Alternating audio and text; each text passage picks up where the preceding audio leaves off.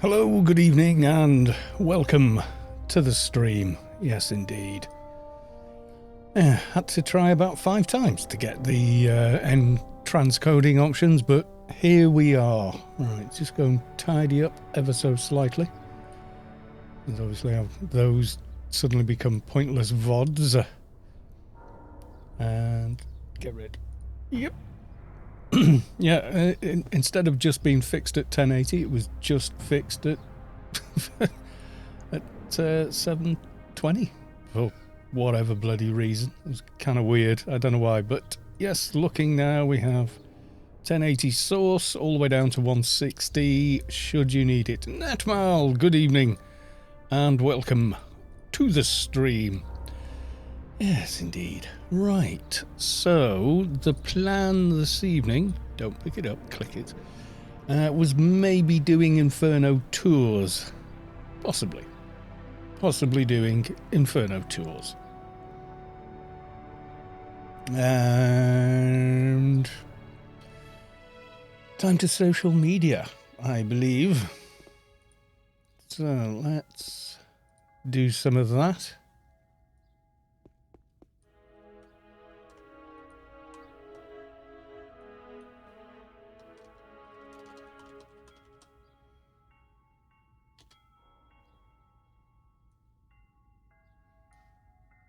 Okay, so that's Discord. Let's do the other stuff.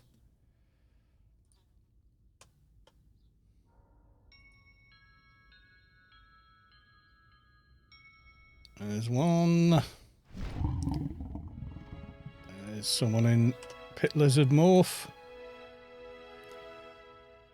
Axe has just logged in. Nice.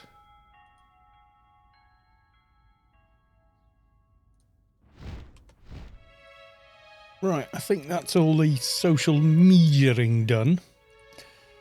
So I just need to go big screen. There we go. Noah, welcome to the stream. Hopefully the stream title has updated. Let's just make sure. Stream manager, what title has it put on it? Yay, it worked. Dun, dun, dun, dun, dun, dun. Good stuff. It's what we like to see. I'm halfway through a new Inf if you want to jump in. I could do, because we're waiting on Sav because she wants to come help with the whole doohickey. So we go get some XP that way. That'll work nicely. Which one did you pull, Noah?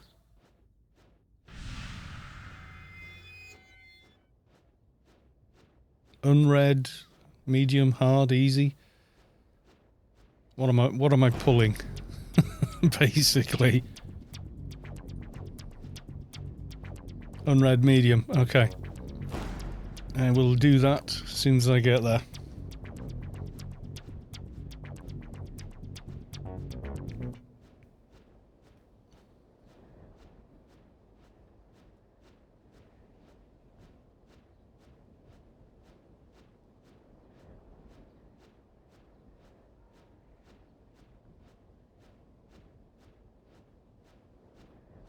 So How the Devil Is, everybody. I was not on last night, so at all. We went out at a big family dinner. I had a shank of lamb with a ton of other stuff, and came home and just went, I will be sitting quietly for the next few hours. But I needed to remain upright to carry on digesting effectively. So yeah. I started messing around modding Skyrim to death, but not much else. Unread, medium, done. Yay. Yeah. Just sat there real quiet and then dozed off. I would have not been very good with teaming or whatever.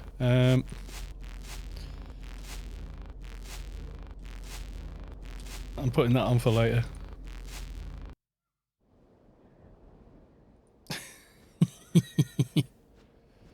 Oh, look who I found here.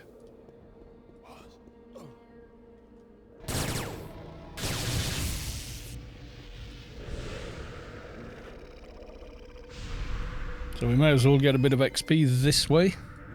I didn't realise Pred stacked with the Advi buff. ITO Derry, welcome to the stream.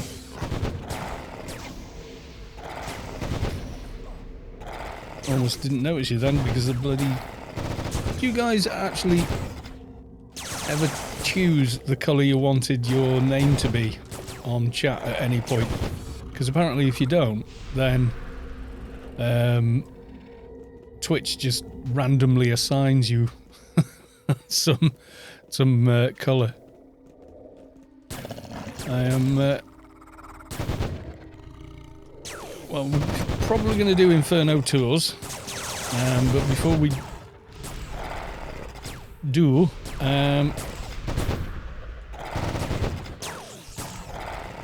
Noah jumped on the stream. Sam's not ready yet. She's not long got home. Noah said, "Oh, well, I'm doing an Inf New if you want to jump in." So I was like, "Yeah, okay. Why not? XP. More XP. All the XP." John Lovett's admirer, welcome to the stream.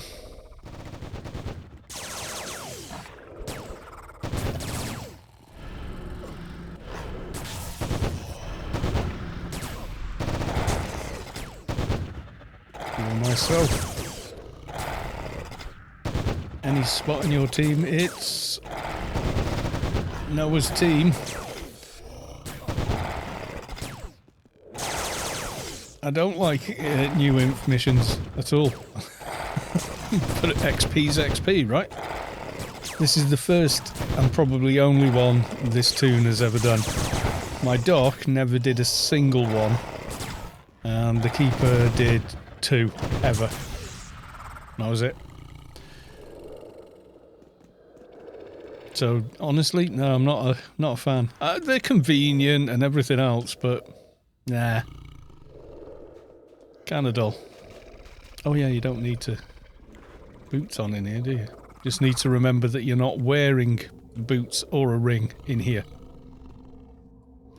I don't. They're especially the way most people do them, which is let the 2 of the spirit guides die and then just stand in the same place for the entire mission.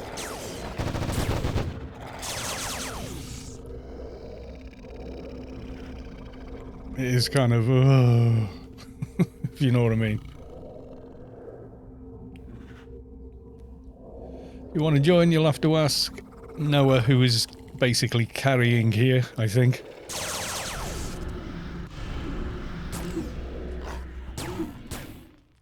He's carrying me, I couldn't solo these. There you go. He says, go looking for team.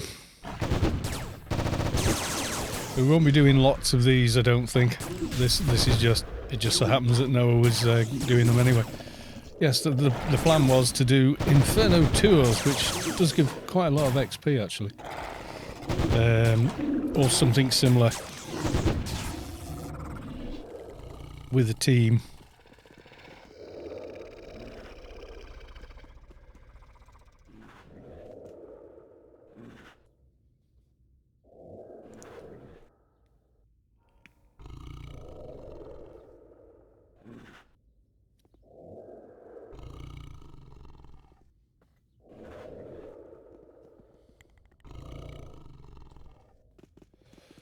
He'd save it.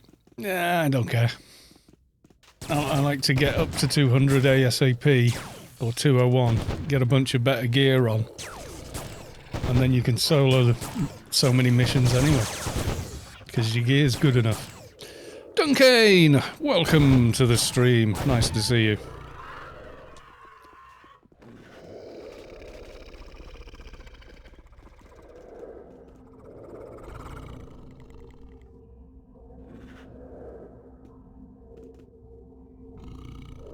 You get me closer to 200 though. That's what I'm thinking.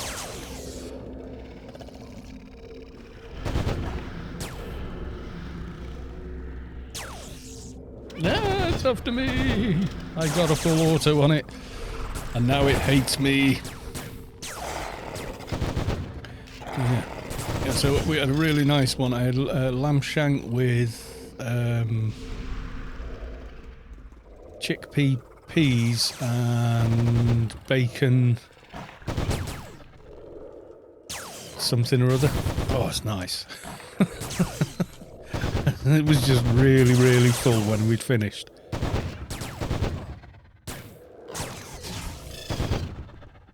Oh, I started watching The Watch on... It's on BBC iPlayer of all things. Which you can get for free in the UK. I don't know how it works for everybody, but it's loosely based on The Watch by Terry Pratchett, but it's not the book at all. It's quite different. Characters are a little different, etc. But you know the basic things are, and just if you sort of go into it with that in mind, that it ain't going to be like the other Terry Pratchett movies, which are essentially trying to tell the story of the book. It's not trying to do that. It's sort of like, well, this is another story based on it, and it borrows heavily from the Watch book, but it's good enough that it's its own thing and interesting.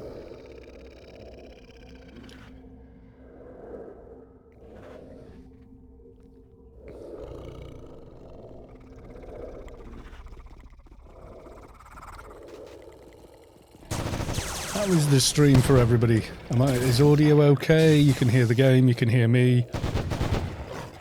Video's not too dark, etc.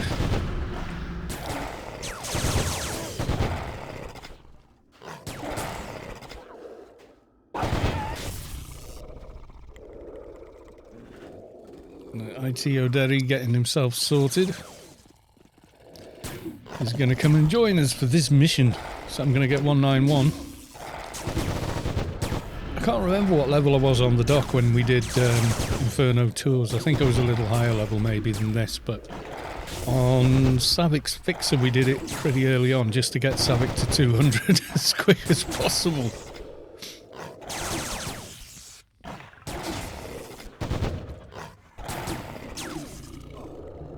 I haven't done any pre-farming on that at all because I don't think this toon could... I mean, you can kill things, it just takes forever because there's no in-between sort of weapons for him to use. So it's kind of like...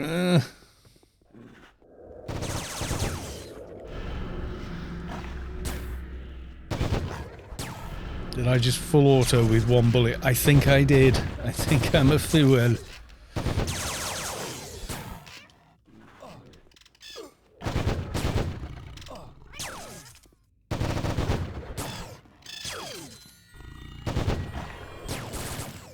Ding-a-ling! Abilities all maxed. Yeah. You cannot have more in this skill. It is not possible, but you can keep increasing a couple of these. Ever so slightly. Is what it feels like at this point. Emsleric, welcome to the stream. Nice to see you. How the devil are you? Exploring. Yes, let's be quicker. Let's have better comp lit.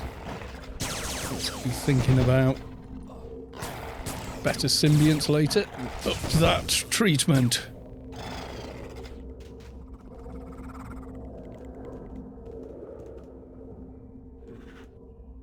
Corporate Shill 2017. Welcome to the stream.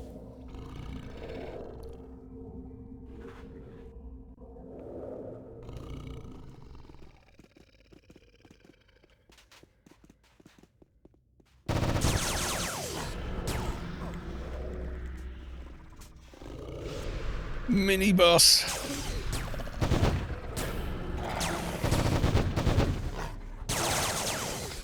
You get a chunk of XP for this. I've got all the XP gear, nano can, both rings, etc. So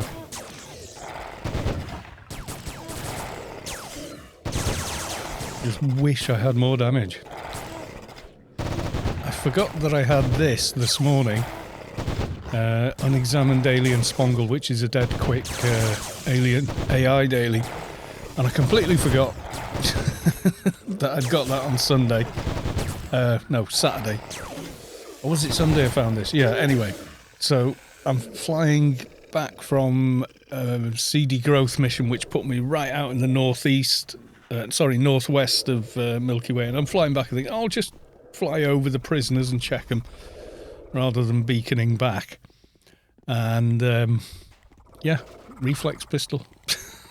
On the first one I checked, it was like, oh, okay.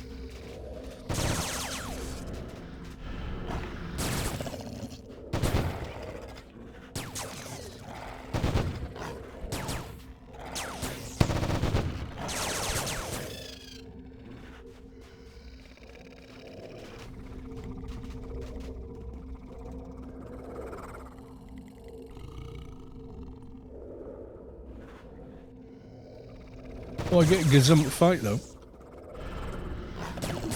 That's good. So yes, we're doing the thing I say I don't like doing, which is the new Infernos. But, you know, Noah's yeah, good point, Noah. IT O'Derry, where are you? This is the last wave. You're gonna miss it if you're not careful.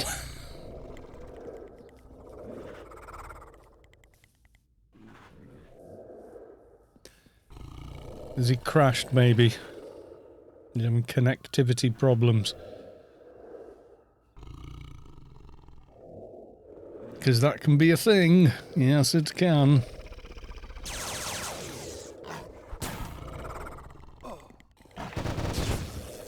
Reload. Come on. 10. 10 bullets. That was quite a good full auto, that.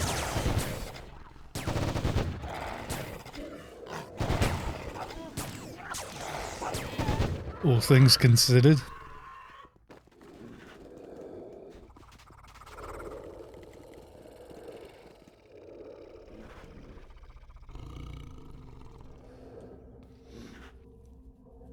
Quickly getting some water before we get stuck in.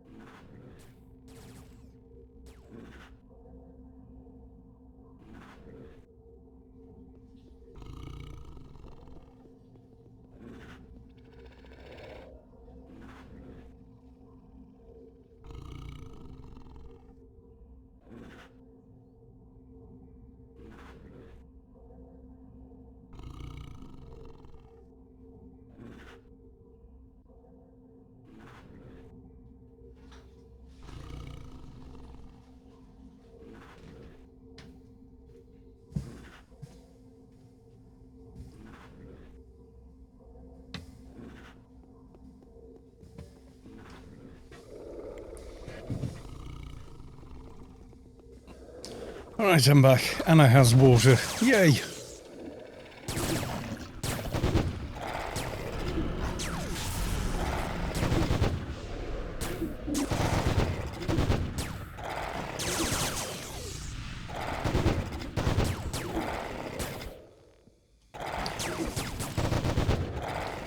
Yes, we're doing fantastically well here.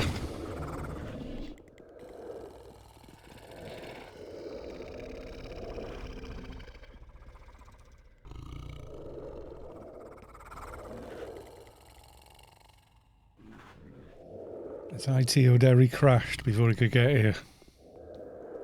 I think maybe he has. Damn shame. It's not like you can put the brakes on in these missions either. Which is another thing I'm not keen about. Is once you start the mission, it's on rails. You know, it's not like a regular mission where everyone can just wait should you need to. Or if you're soloing them, once you start the mission, that's it. You need to be doing something until the end. Otherwise, not good.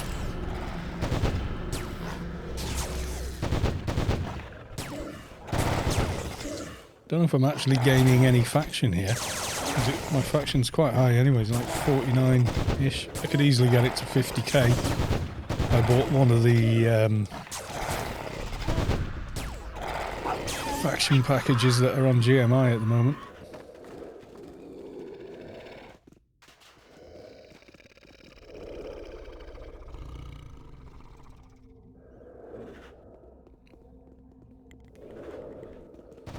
How the devil is everybody anyway? Are you all okay? Are you well? Are you doing alright? Etc. Ow. You don't want aggro on the little Advi because... Ow, squish, bang. I thought I hit the same one as it. You did. Apparently I didn't. Bad Advi.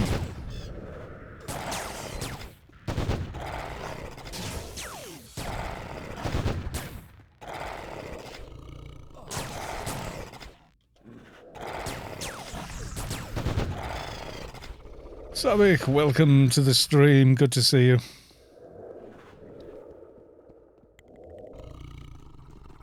Damn, I messed the answer and I suppose now the team is full, even if it wasn't before. It's not full. But if you're going to come, you better do it very quickly. We're on the last wave now.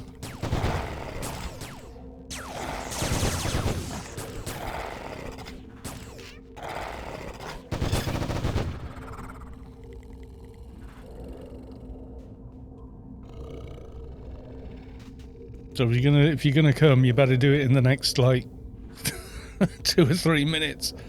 Loch Ness, welcome to the stream. Nice to see you.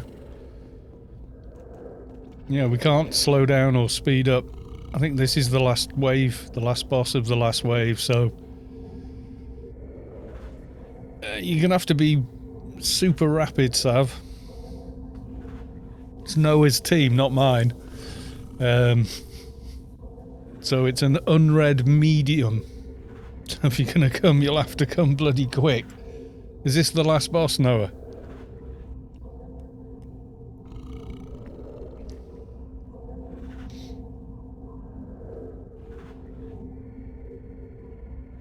Yeah, we're staring at the last boss, so we'll let him maybe kill this one. If you two are gonna have to be very, very, very quick. Talk to the Utto. Get the mission, run in. And hopefully there's some... Because if the spirits die, we all die.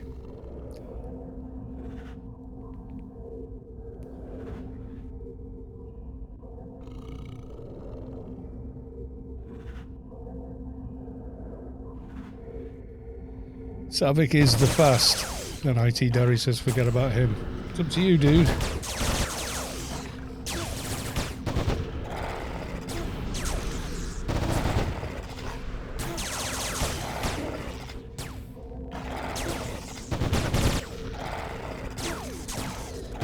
Being a fixer? I'm a fixer. Being fast is what I do. Yep. This is true.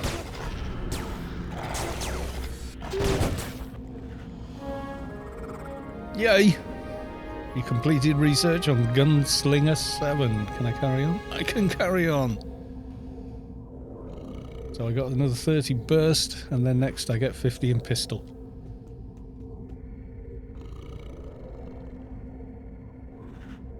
Still at work, should be home in 30 minutes, might be interested in Inferno tour with the NT. That was the last boss, yeah. Grand armband of agility, gives 4 agility. Yeah.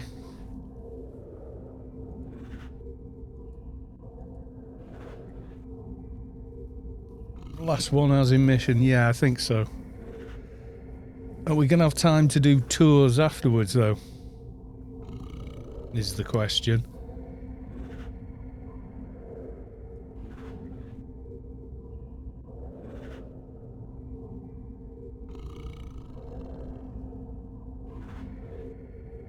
Yeah, do another one. Going for a P while you decide. Well, I've got a couple of other people that'd like to do tours, so yeah. Lopnik, welcome to the stream. Good to see you. So yeah, we could do. Do you want to do one more, Sal? Do you think we'll have time?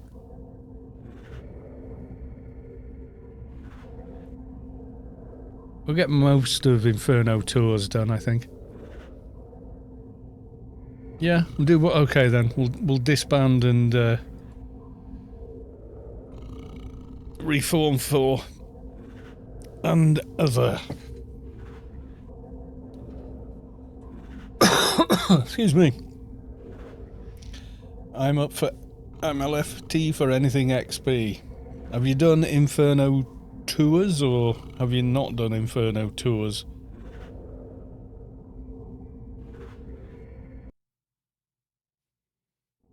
There you go. Exited.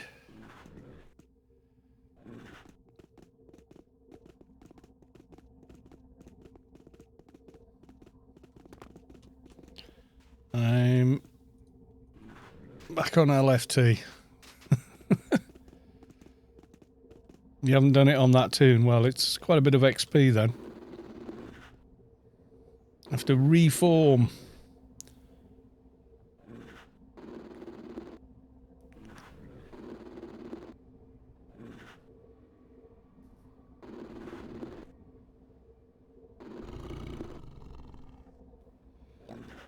Yeah.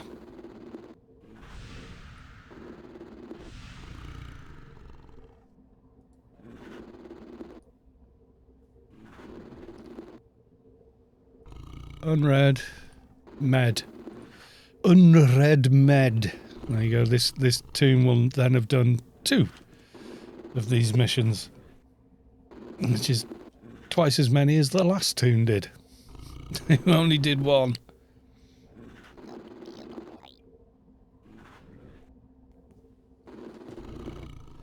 Noah went to make a P. IT O'Derry is... There we go. Invite you to team.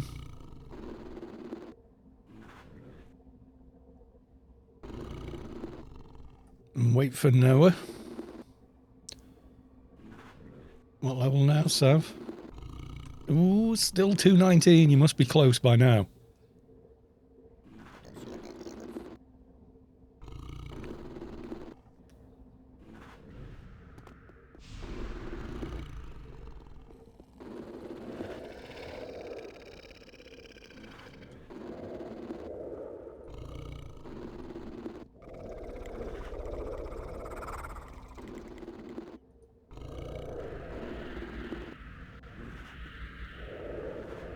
$400k from 220. Nice.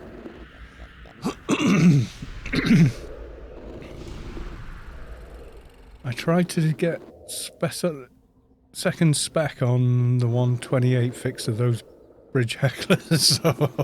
Oh yeah. Yeah, they'll follow you pretty much till you zone.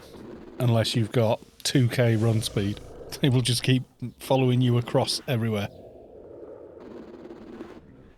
This toon 2 and 4. 4 you will get from doing the Penumbra quest, and 2 you'll get most of from doing the Elysium Yuttos quests, which at what level are you now? 204? 203. It'll be absolutely a doddle.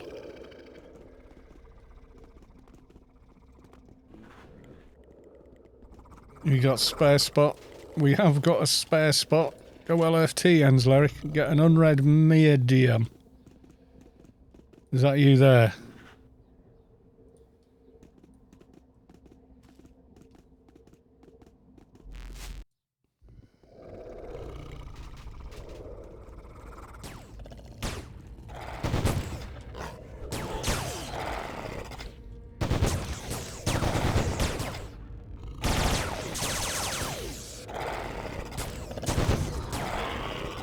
There we go. Full team already. Fun, fun, fun. We're just clearing at the moment.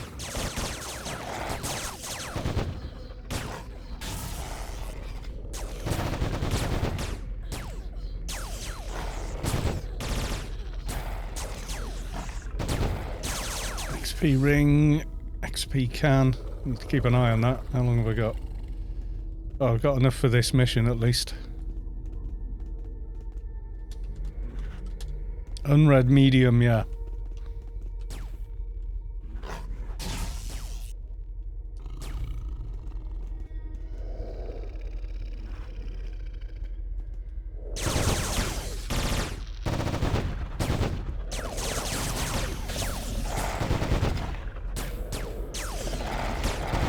There you go, one bunch of happy campers.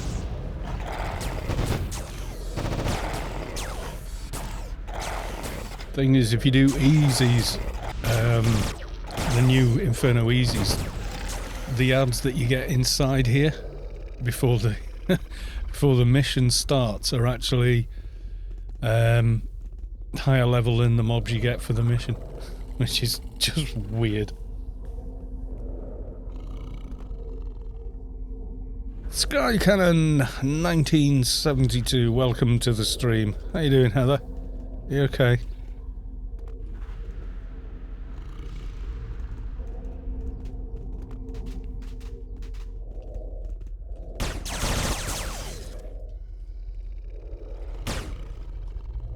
Because I checked when they first came out, I tried it and went, okay, well these are just the trash mobs.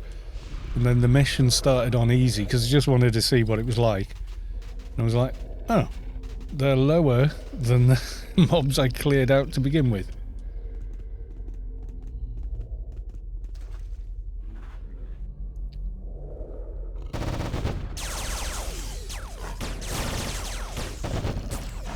I don't think it stacks, but I've got learning by doing.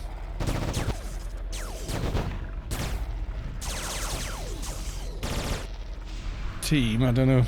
It doesn't. I don't think it stacks with the can, which is kind of a shame.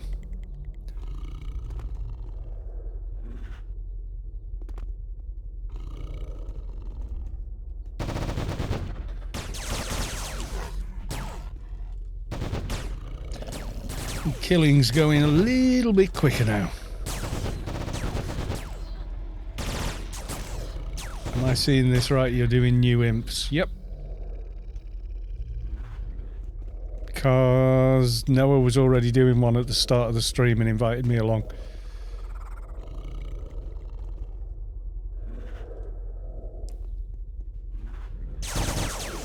Oh dear, put your back out. Not good.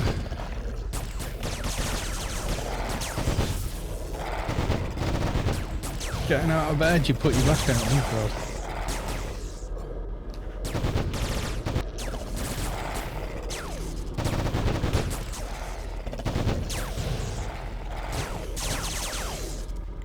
To get more regular chair aerobics. Get walking. That'll get your back moving. Surprisingly enough. Unless it's just an old injury, then yeah, what can you do?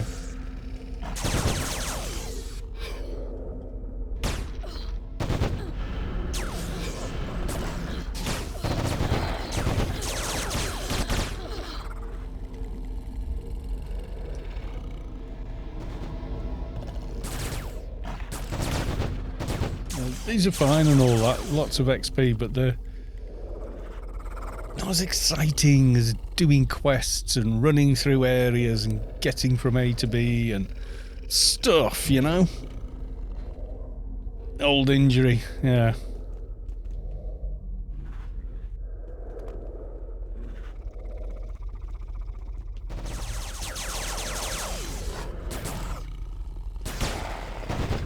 I'm less likely to pull aggro now with NT and fixing the team as well as everybody else. Still managed to last time though. That's just one of the trash mobs I think, Sad, but yeah. Kill it with bullets. Or energy ammo in your case.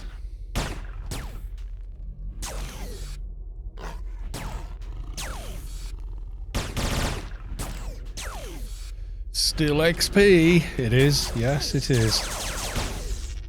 Can I buff you with this? It says I can, but I don't know if you get it.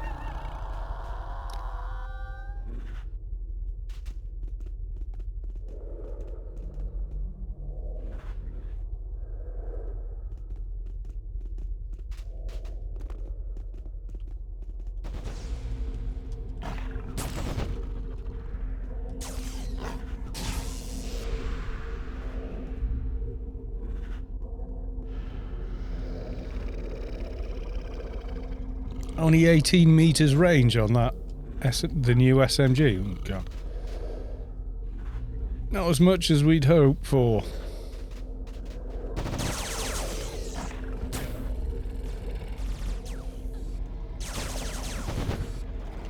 Oh, did you do Sector 42 last night as well?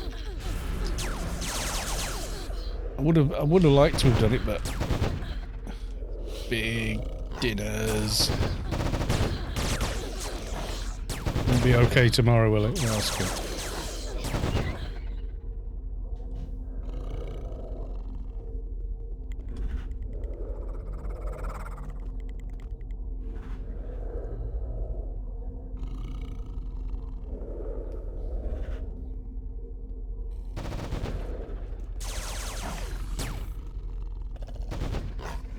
Extreme low light targeting scope. Oh yeah, range increaser as well, isn't it?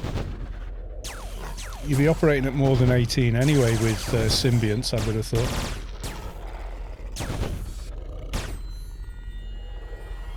$192.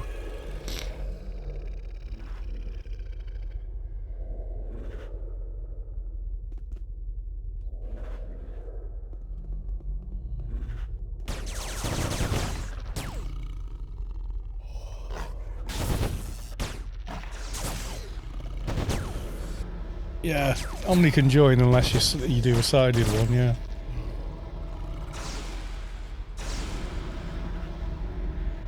Oh, first boss.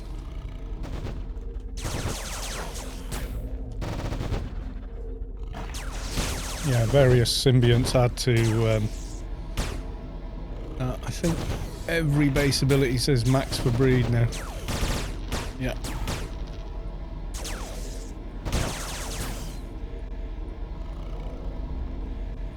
Finally, I've not been able to spend IP for about I don't know how many levels, probably 20. Suddenly I can, and it's like, whee, yeah, not much.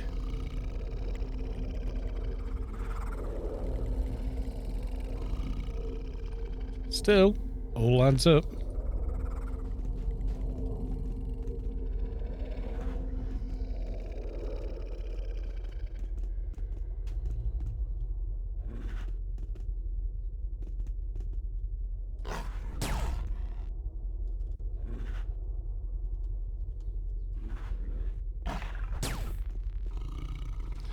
Ensler quietly or surreptitiously still working while they're doing these.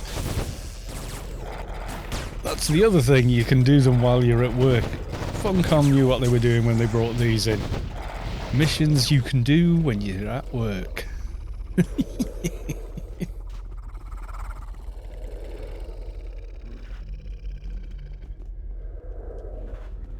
Yeah, that I've grown up and got a real job now, so I have to work mission. Inferno edition.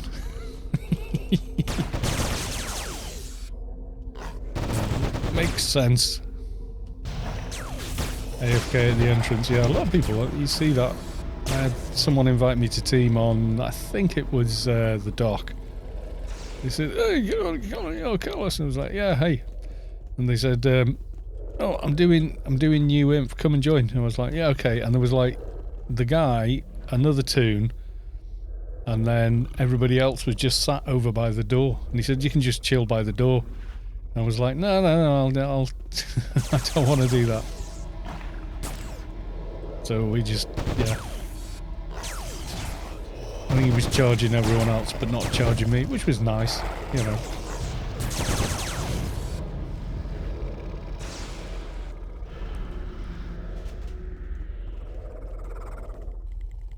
I get it, people have got real lives to be getting on with and all the rest of it, so, you know.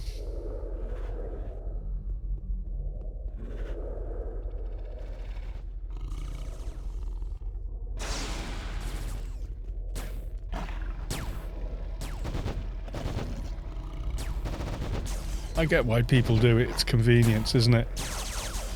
You see it a lot in Arid Rift, and most of that is it's just so damned hard to level Alien without, you know, people like Space Quest coming along and going, here you go, just follow me around on a Saturday evening and I'll, I'll throw a ton of it your way.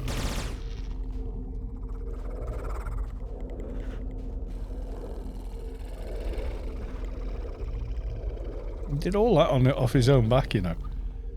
I think people realise. And he did it for those reasons. You've got to remember how selfless that really is, because like, he can't have his own in-game toons at the event he's doing as an Ark. It's one of the sort of rules kind of thing.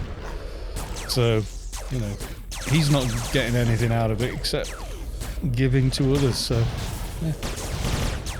There you go, you see.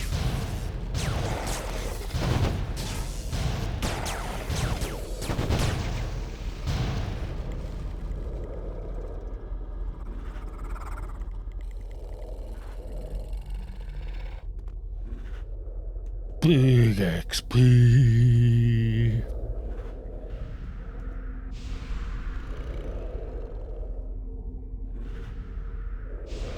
Got two getting attacked here.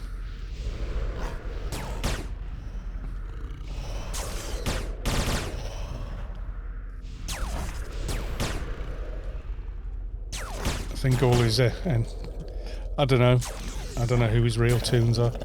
Or his, you know, his personal toons are. I would imagine so. He's been around a long time, Space Quest. You don't know, he might spend more time on his Ark than he does on actual, you know, in-game characters, so you don't know. I would guess they are, but you don't know.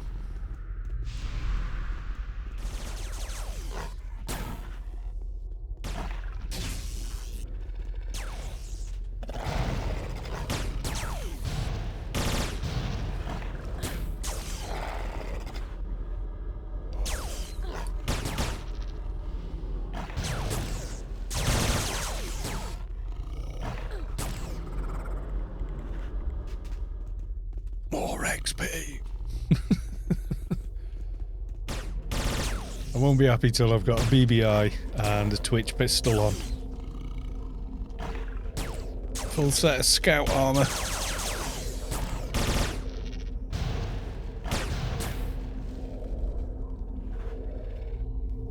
That'll work better on Adv and Fixer, the evades and such.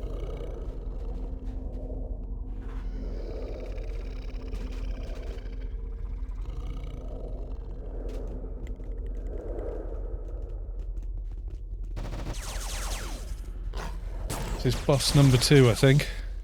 How many are there in a medium? Is it 4? Halfway down.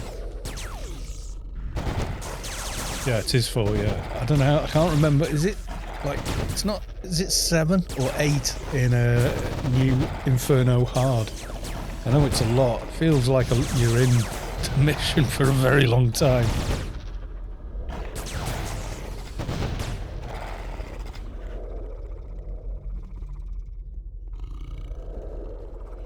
Ugh, excuse me. Ugh. How very rude of me, yawning at you all. Keep saying I'm going to move. Sab's not letting anything in here live.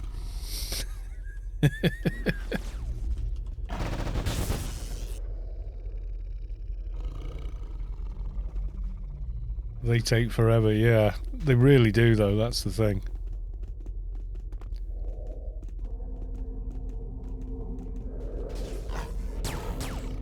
Temptiphoburis.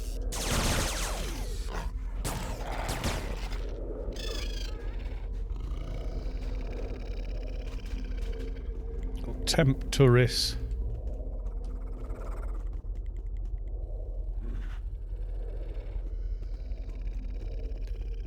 No mercy for the mobs, slightly better net connection. Yeah, they drop some pretty good pearls in here as well, that's the thing. if you go and cut these, see, I think you get about 7-8 million per pearl. Some of the mobs, especially in the hards. But that's true of regular missions as well.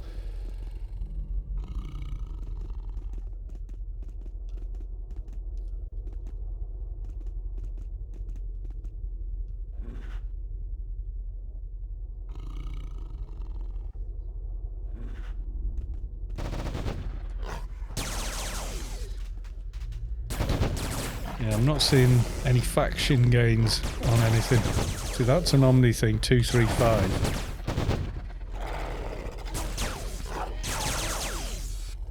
Do I get any? Tiny bit.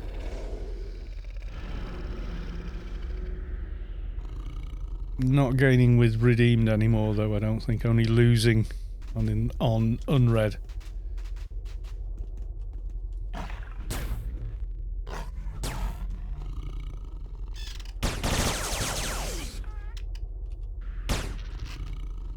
Heal. All the heal. It's a thing.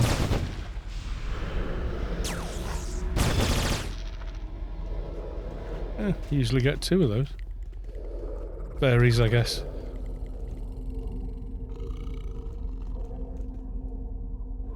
And they also drop things like Mize and whatnot, which can be pretty nice.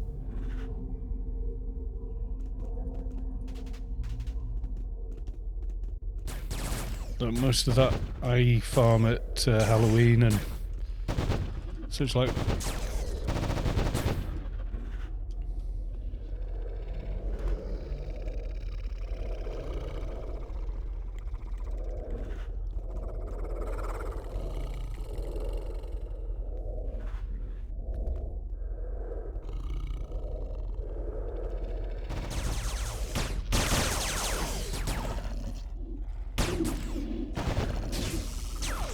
Might get one of those faction packages just so I get the full fat 50k as soon as I hit 200 max XP. A little easier to get for neutral, always was though.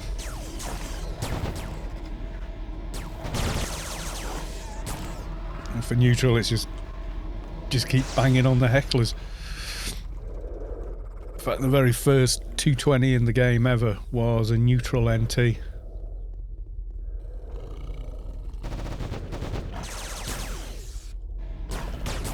the old days, faction was gotten by killing temple bosses that you had to spawn. God knows how many times we spawned the one in Penumbra. And then everybody wants a slice of the pie, so you end up with like 4-5 teams there, all trying to evenly spread kill damage, so everybody gets faction. Oh my god, it was just so much hard work. Daylight, welcome to the stream. How's your Monday so far? Other than it's a goddamn Monday. What do you expect? Because that's always a thing as well, yeah.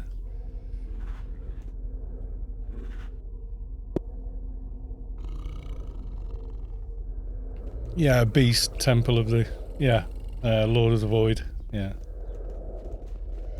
Boss number 3.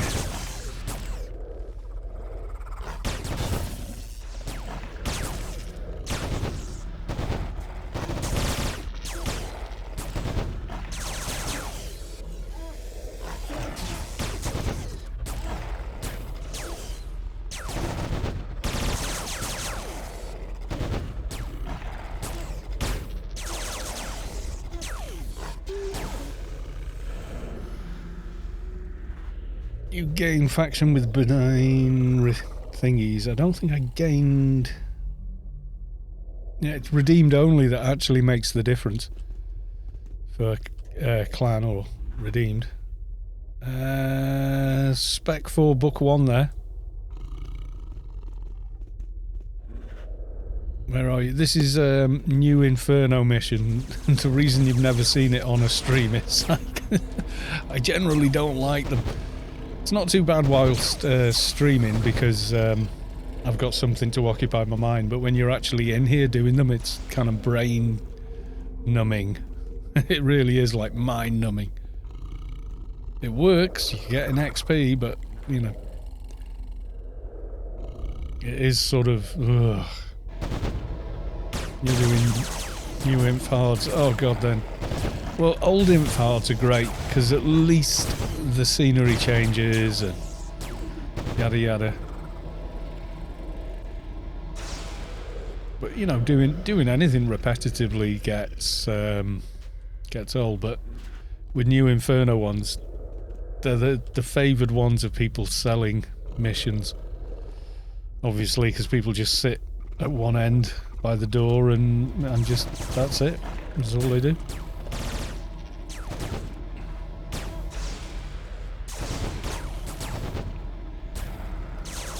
There's one big advantage of new imps, though. No spaghetti rooms. Yeah, you're right. Yeah, everyone loves the spaghetti room. No, we've already been that way. How the hell are we supposed to... Pretty much every time, yeah.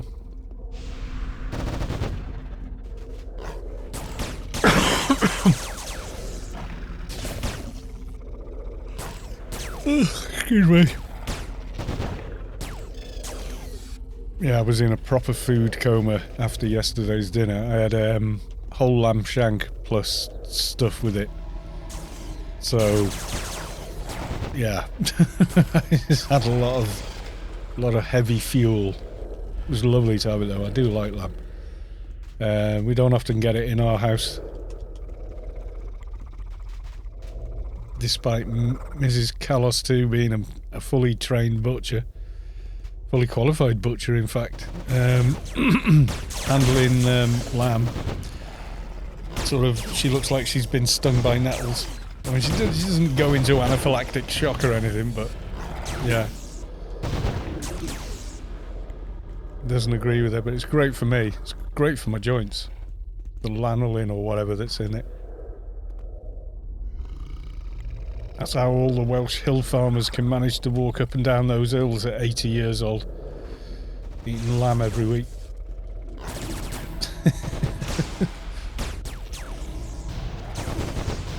Oh yes, I trimmed the beard severely today. Because while I was trying to eat my dinner, it was getting in the food. A little too much. Especially with like gravy and all of that kind of stuff. Well preserved by booze. Well, yeah, pickled, but yeah. Pickled and the joints keep moving off that. So I'm now like the new Captain Birdseye. Without the hat. But yeah, I've chopped the beard right down to that. If I don't shave it between now and autumn, it'll be as long again anyway, so I'm not... I like it longer in the winter. Keeps your neck warm.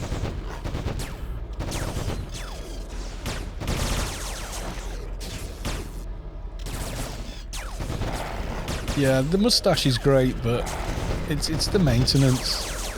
You know, I'm just like, whatever.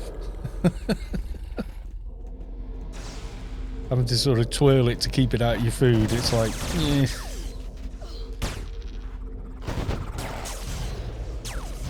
Yeah, last night I was sort of like, I'm getting a bit fed up of it now.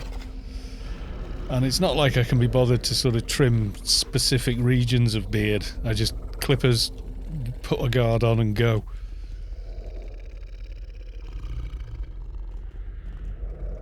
Yeah, that's it. I haven't got any of the wax or any of that stuff, and then, you know, especially now with having to wear masks still all the time, it's kind of like, yeah. You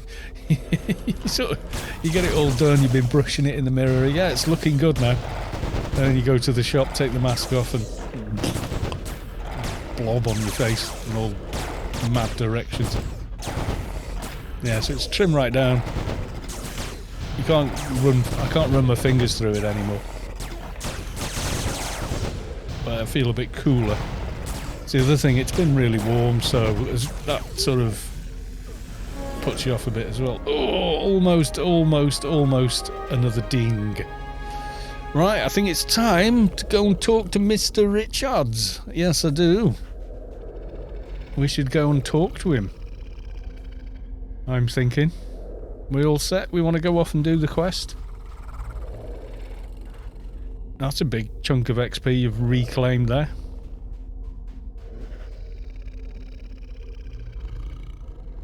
Right, I'm going to go back to the garden and then speak to Mr. Richards.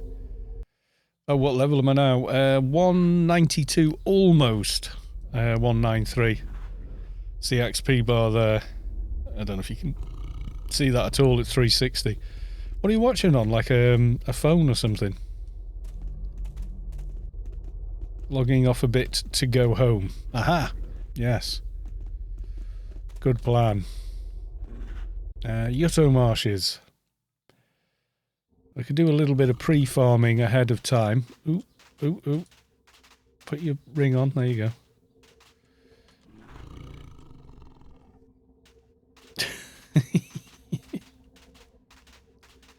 Need to remember to do that. My laptop, but I'm in the hotspots in my phones. Oh, right, yeah. Yeah, otherwise your data's going to be redonkulous. Mr. Richards, we meet again. I was wondering what kind of tours you offer. Sign me up. Right, so we give this and 10k.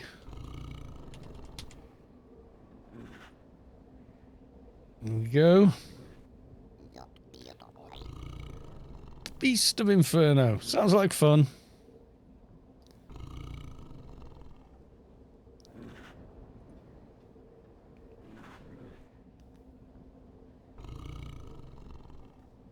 Oh, after 50 gigs they throttle you, yeah. If you leave it minimised, you know, if you watch it on a browser rather than a Twitch app, if you minimise it... Oh, right, I just got a load of XP for nothing. Then it just feeds audio rather than audio and video. It like literally pauses the video while it's minimised. If that's what you wanted to do. I got in luxurious boots. I've nearly died, yeah.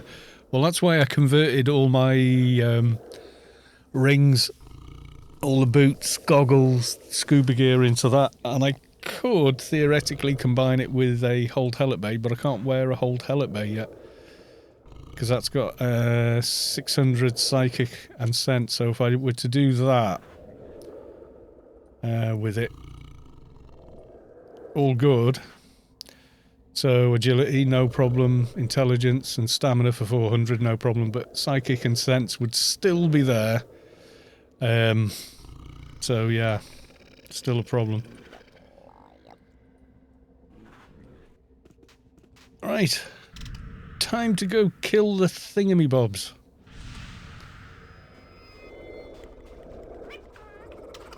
We've lost a Savik somewhere. Or is Savik way ahead of us?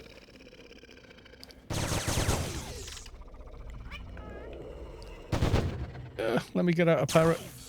You can't fight in parrot.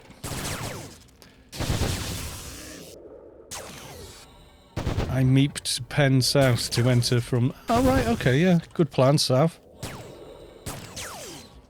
Probably ding on this in feral vortex void. Yep, there we go. Right, due south.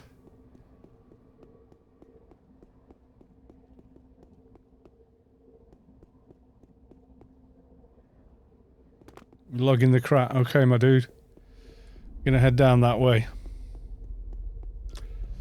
Whilst I do, keep pumping that tiny bit of XP into everything.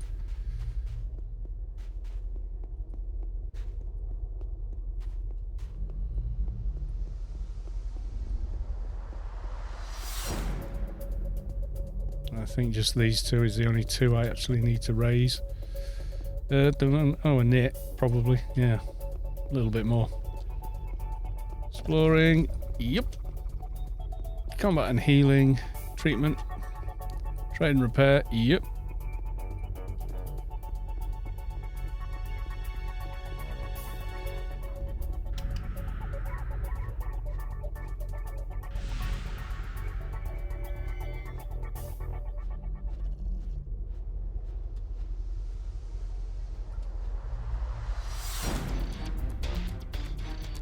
Looking for you on LFT.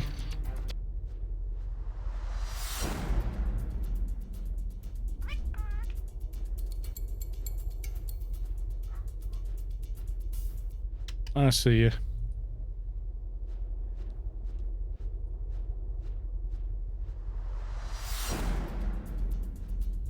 Cannot do the quest. Busy at the minute. Okay, dude.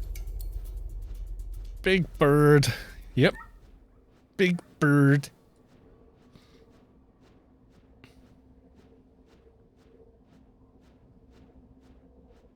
At least with Parrot. Thing I do like with Parrot is you can cast it in aggro, whereas you can't do that with a Yalm or face font vehicle. Can't equip a Yalm in aggro, can't use face font in aggro, but you can use Parrot. Which I've done in the past where I've gone, oh crap, and just whizzed along. There's a few places you can't do it that are indoor places that just cancel it. So you don't, like Smuggler's Den, you can't use it. Mission Agency, can't use it.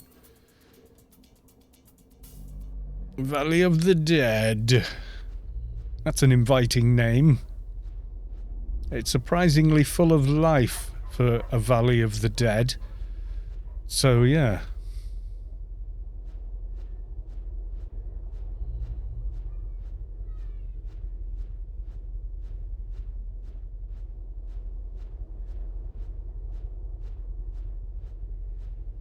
See, the scenery is changing now.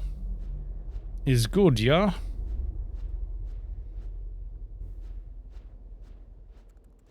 Mihalik, welcome to the stream. Good to see you. Hoggerman, welcome to the stream. And look away and everybody piles on. It's all good. Yes, it's the Ickle Advying. With many and lots help.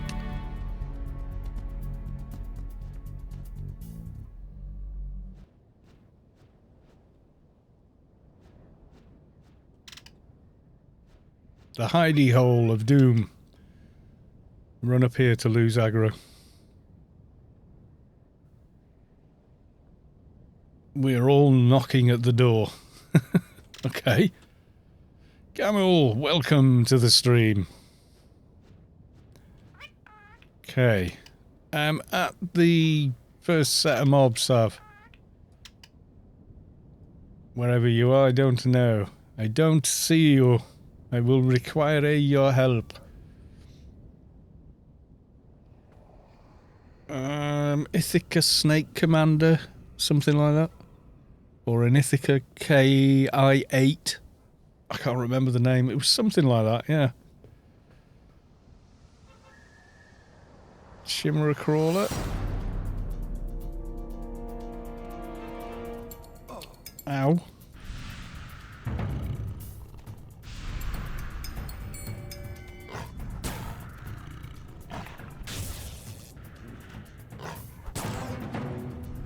I'm getting splatted over here, Sav.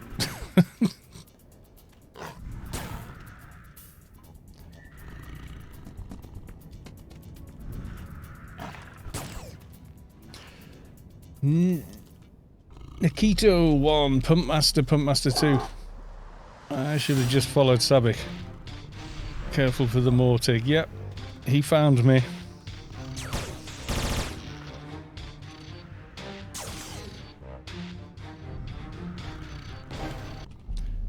Telling me 3 more, Sav. Oh my god, you've got a few of them there.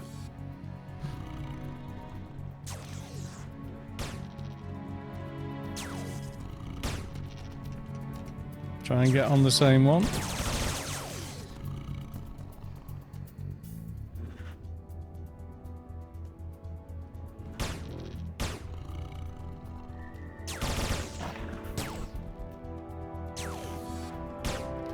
Robust shotty's not bad. Yeah, true.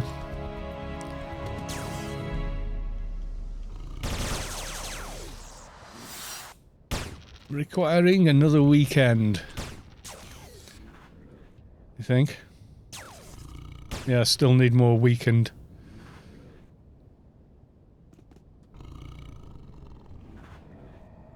He said hiding on the wall.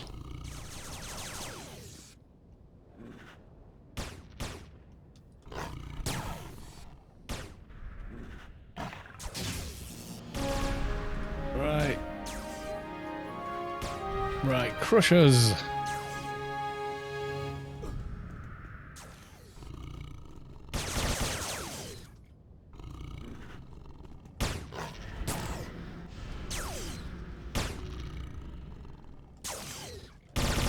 Illegally modified shotties. Oh, early on. Yeah. But then after, yeah, you want something else. Ooh, hello, hello. You feel the core of your being shift as the source makes room for a divine presence. Spirit Night has reached enlightenment. That's daylights, isn't it? Isn't Spirit Night the name of your keeper? He has been busy. Congrats, sir. Welcome to 220. I thought I recognised the name. I was like, I know that name.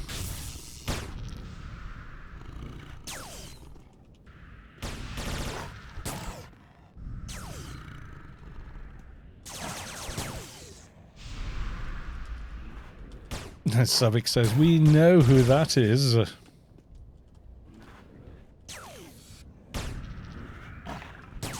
Well, congrats, my dude. You're doing quite well getting that one leveled up. When did you start it?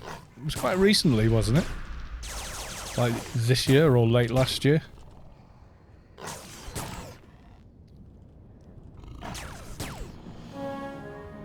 Okay, so now the abhorrent, the boss one.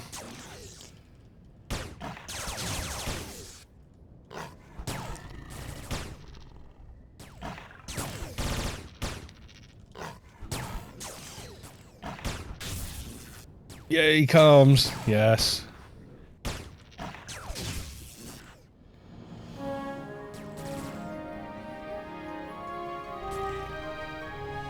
Return to the Safari Guide. I will.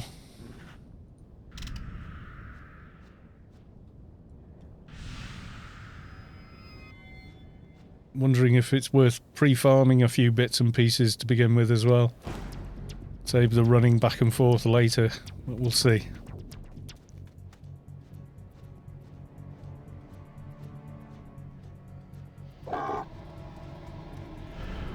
Yeah, it was late last year. I was born Wednesday, 28th of October, 2020. Sat at 200 for a few months. You did, yeah. Still, congrats, a 220 keeper is always worth having in a team for anything.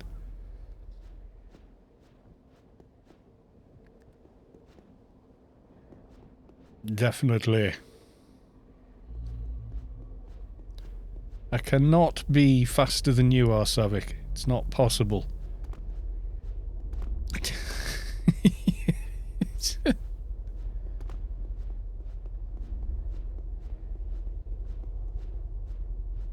I can't be faster than you. What speed have I got here? 2,366.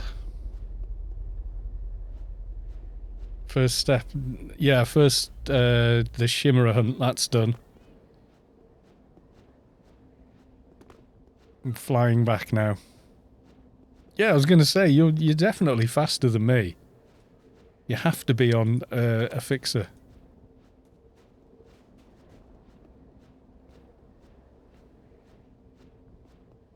A 219 fixer at that.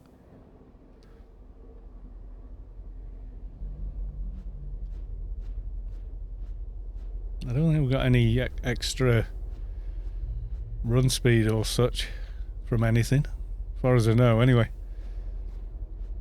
Right, Right, we hand in Shimmerer Hunt and then on to the next, whatever the hell it is. Can't remember.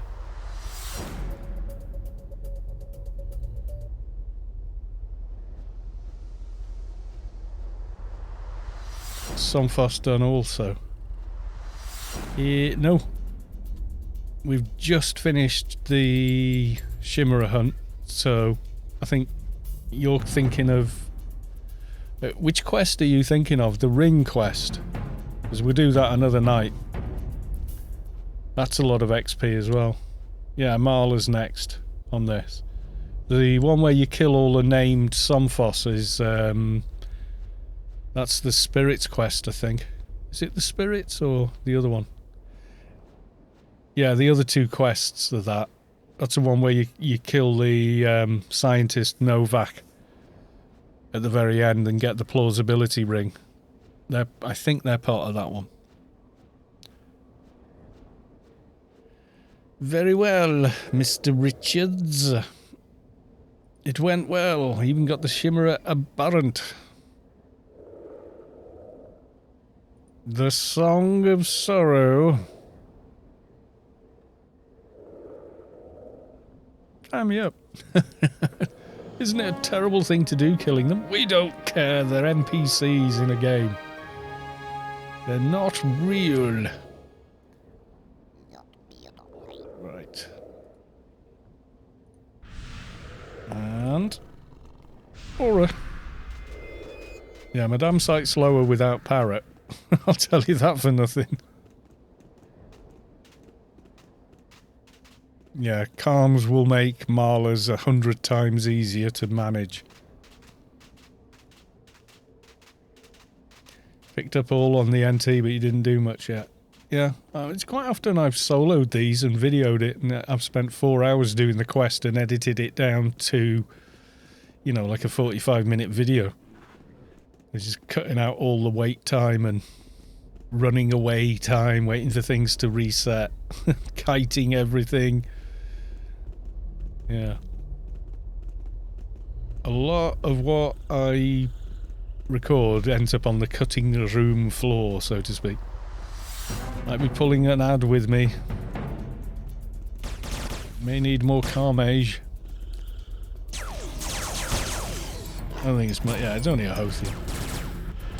Like regular.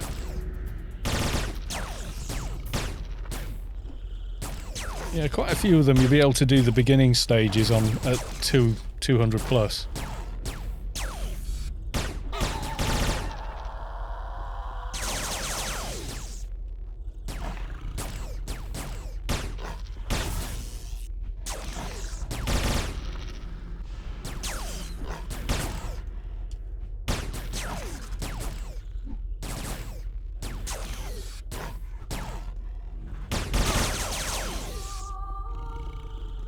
Don't be singing me your songs.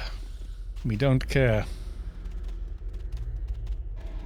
Casting Calm so fast I don't even see them.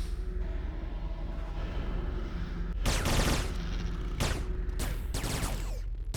don't think we're on Grieving yet, are we? No, still on Desolate. I didn't remember the music changing.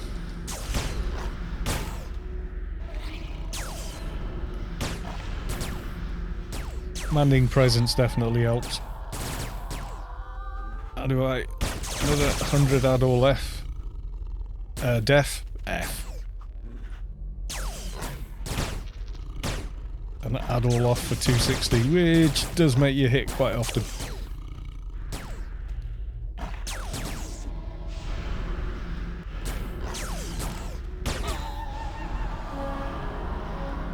Grieving. Okay.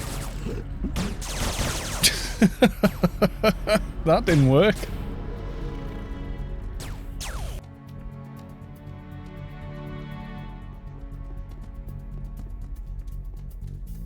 I am prepared.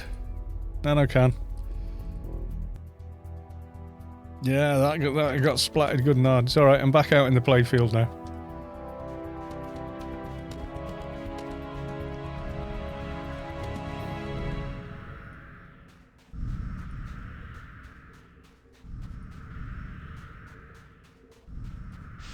I got res cans, I'll be fine.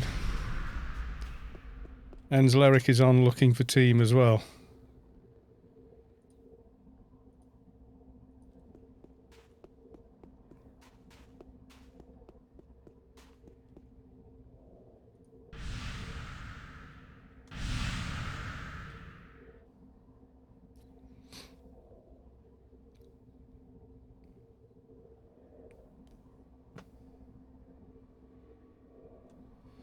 Toon Nicker 1971. What level is that Advi now? Been so busy at work and no time to watch. He is 193 and he just lost half a level of XP somehow. I don't know, maybe the I'm not exactly sure what I did wrong. Awesome item, premium health and nano. Yeah, I've got one on my fixer. Makes a lot more sense to have one on a fixer. Because every time you meep, you've got 0 HP.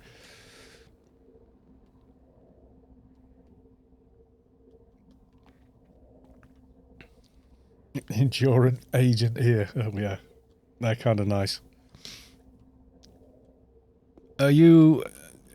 Where are you at on the quest though, Enzleric? Because we're killing grieving at the moment.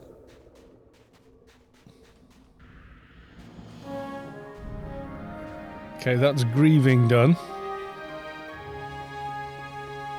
So just embodiment of sorrow.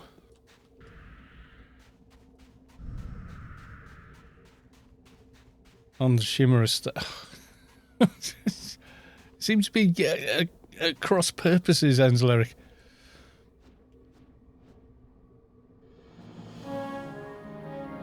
We got a new mission.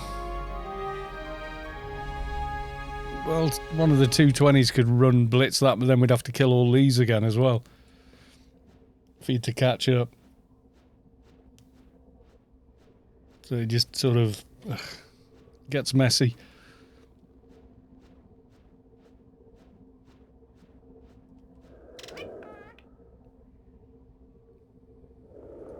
Get hold of the Song of Sorrow, apparently. Oh, they've changed the icon. That's a new icon for it, I'm sure. Anyway, there you go. There's your Song of Sorrow.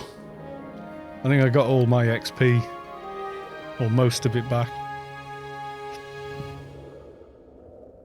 Or Keeper or Advi or NT or... Yeah, they're good for anyone. Because you don't have to worry about nano cans anymore, and it always heals you 100%. Smouldering Shadow. Right, we'll go get the farmy bits. We're all gonna run down there. We could do. Or are we gonna meep and go through the garden? Meet near Sorrow. Okay. Beacon, insurance beacon for the win. Yes, it is.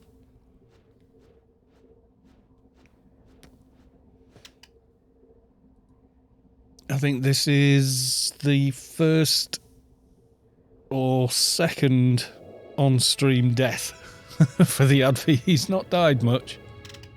I don't know if I helped Funcom out here, because I mentioned that the luxurious armour was bloody good, and then on the last stream, which was Saturday, someone said, oh, it's on sale as well.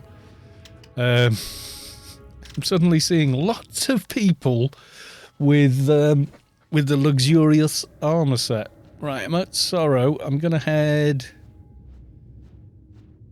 out through the garden.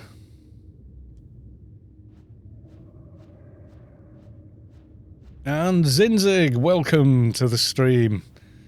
I'll have to hand you my Viking membership card. So I've shaved the beard right down. I now look like the other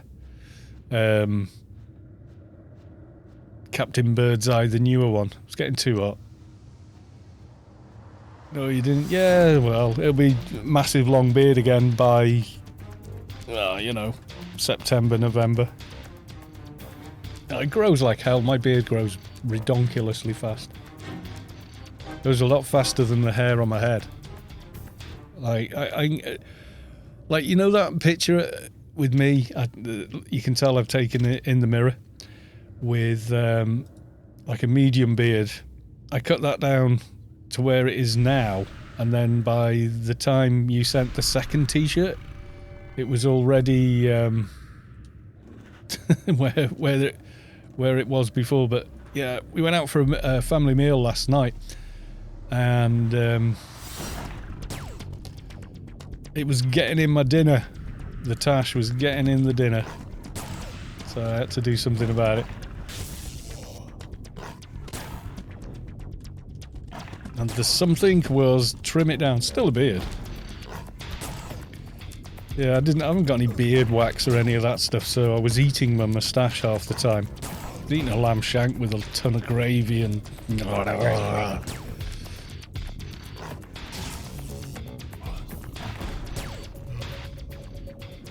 And then when I took a slurp of beer, I've got 2 smouldering hairs here.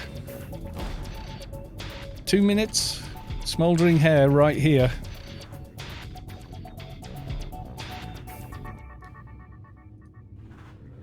There you go. You can see where I am. Sorrow. Through the thing, round the path. Just off the path here. Ton of gravy and beard hair. Yeah, exactly. And then I had real beer as well, so a pint of bitter, so it's like a dark beer with a head on it. A bit like a Guinness, but lighter. And yeah, I was mopping that off my face as well. I just went, you know what? My son was joking. He goes, he says, you're about a millimetre of growth away from looking like you're homeless. looking like a tramp. Because it was getting quite it's quite curly, my beard. If I put all that wax and whatnot in it, it'd probably go straight, but it is really quite curly, so it was starting to get, you know. I mean, now, I'll actually get some sunshine to the rest of my skin on my face. And I had to, because I'd cut it, I had to redo, you know, where the bottom of your jaw joins your neck. I had to, like, get a neat line across that, because it grows right down to my Adam's apple. But once it's long, the bottom of the beard is already as long as where my Adam's apple is, so it looks fine. But when you go shorter, it's like... And I found the neat trick of getting that bit nice and neat is just get like a bit of string, or, you know, a USB cable or anything like that, you know, headphone cable for your phone, and then just put it at the crown of your head, so it goes under the lobes of your ears to the top of your head, on your throat. Put your jaw straight, and you've got the exact line you need to trim up to. That's my trick. Otherwise you end up trying to do it by eye, and that means you'll turn your head sideways doing it and end up with like the worst looking jarred line. I'm having to kill this thing. Killing the shimmerer. So that sort of sorted the bottom bit out. But yeah, that works quite well. I'll never do as good a job as a barber, but you know. I'm getting killed by a shimmerer crawler. Chain healing to stay alive. Ooh.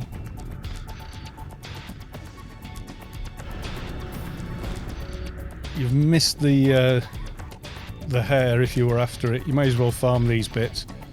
We want the eye as well, don't we? Help me, big toons. I am a gimp. Aatrox's the only race in AO to have beards. Nope. Solitus as well. Loads of the Solitus faces have beards.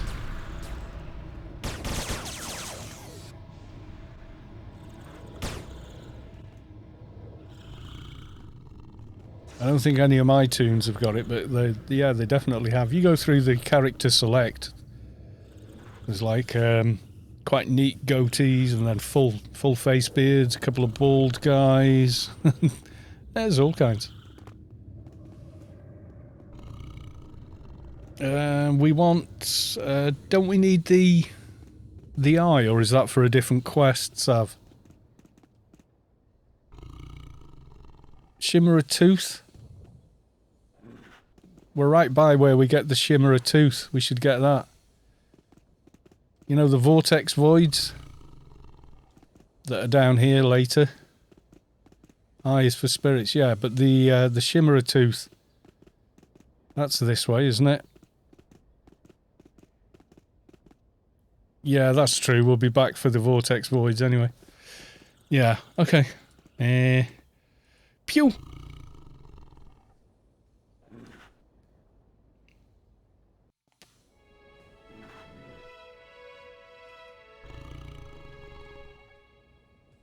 Could I move? Thank you.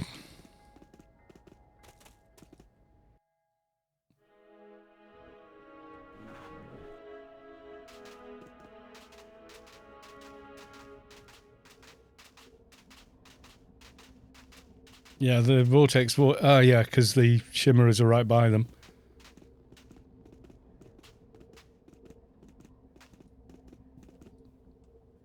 Mr. Richards.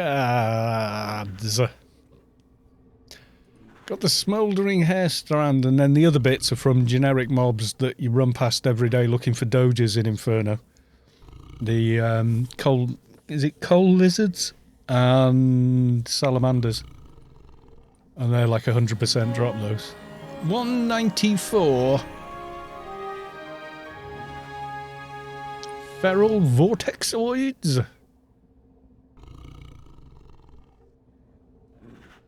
I wonder how Google would pronounce that.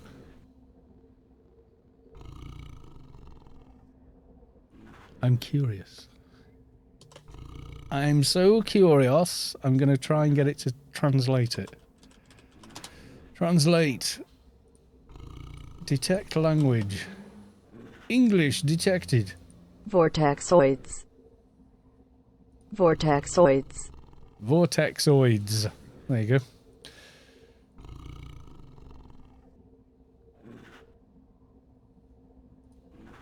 Untested. I'm getting the tooth now so I don't have to run to the MP. Okay, dude. Feral vortexoids.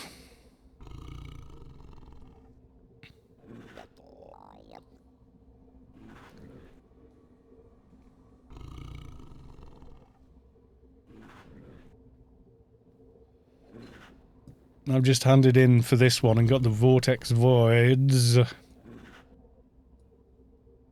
I may as well wait, I guess. And portal.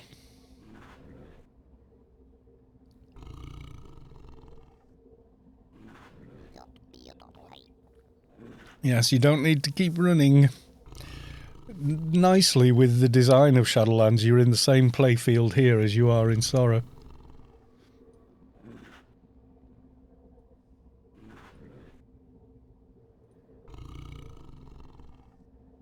See, there's Sorrow, and you're here. So you're actually in the same ginormous playfield. It's only when you go to Frontier and up here that you're not.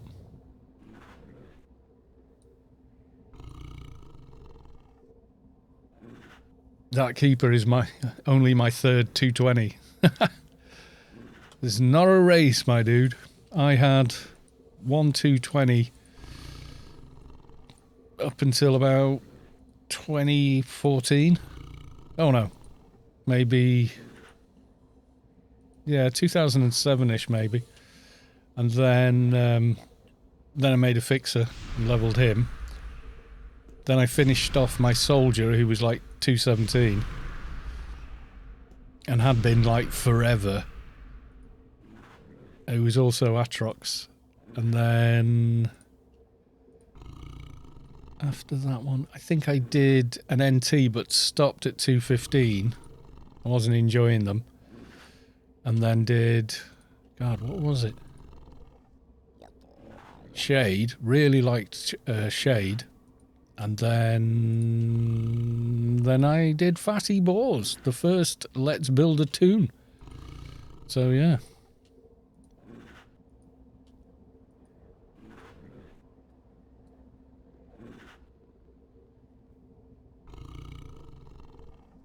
I will be with you momentarily. Now for research. Research goes fairly quick.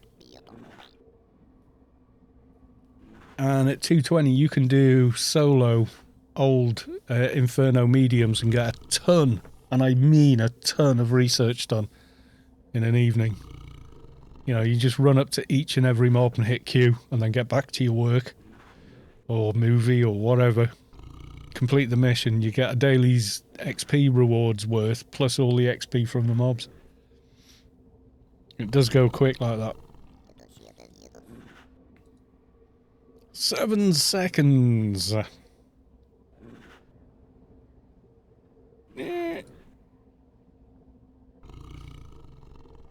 Say that again. Right, at 220, if you pull a solo Inferno medium mission, yeah, because it does. You get max, you cap your research reward.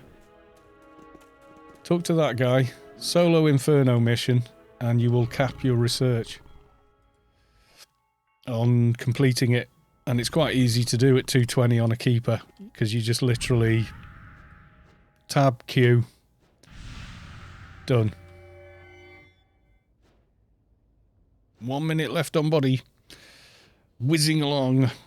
And then the mobs in there are yellow and orange, which it surprisingly does add up fairly quickly.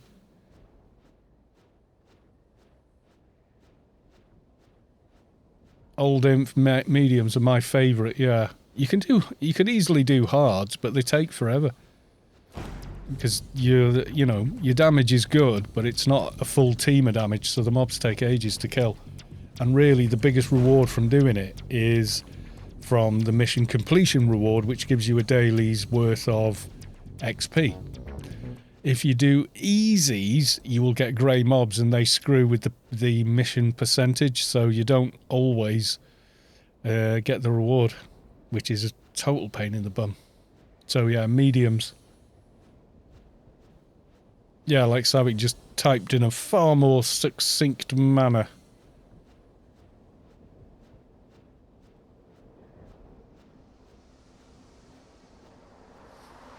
Than my waffle version.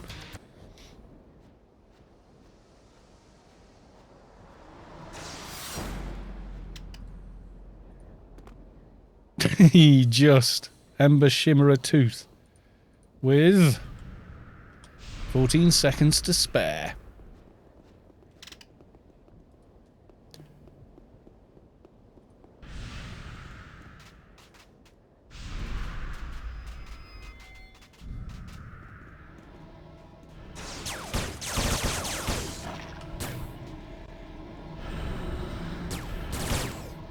Waffle. Oh, when somebody is waffling, they're just talking too much, basically.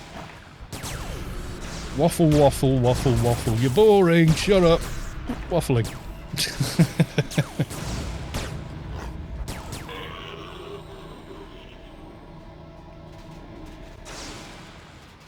Anom waffles.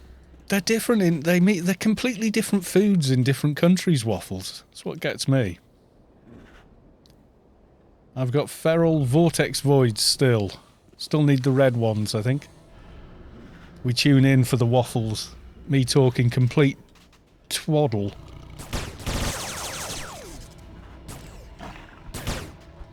For 3 hours. It just so happens in a game that you also like.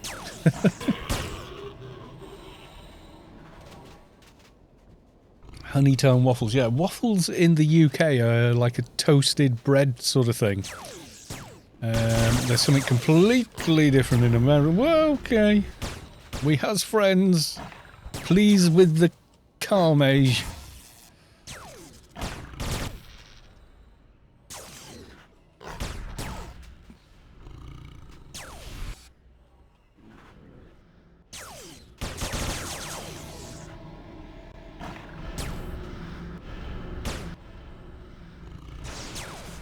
Yeah, more strikers. I have a friend.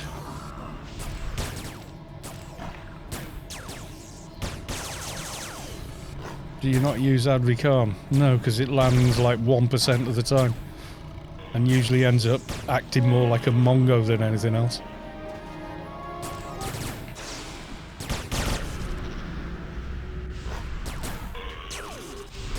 Yeah, waffles in Canada are...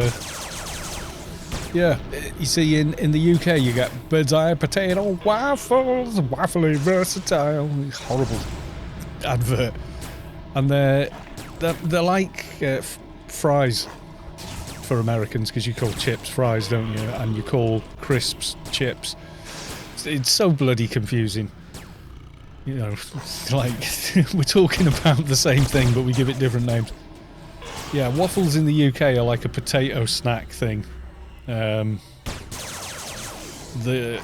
you would have in place of fries with a meal. So they're way, way different.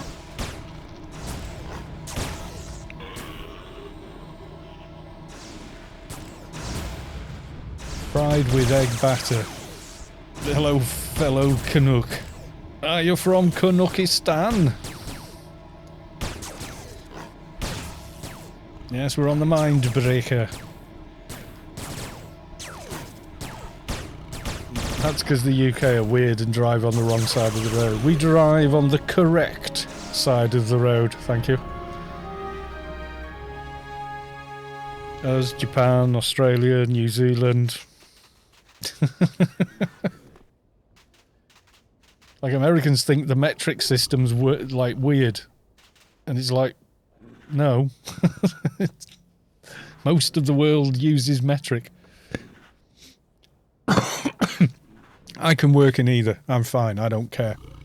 I find temperature much easier to think in with centigrade, because it ties in directly to Kelvin, which is what you use in all sciences. So yeah, most of the world drive on the right side of the road. Yes, but they drive on the incorrect. They don't drive on the correct side of the road.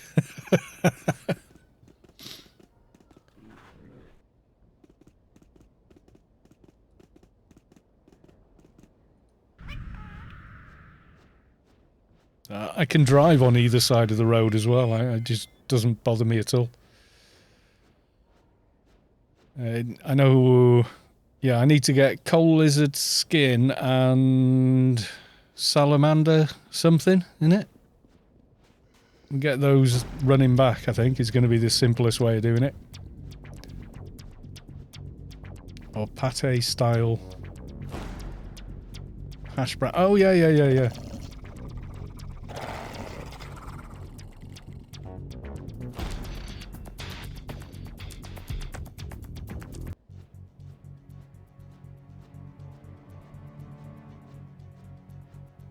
When reaching a one-lane stretch of road, who should pull over? Let the other pass. Whoever's closest to a passing place.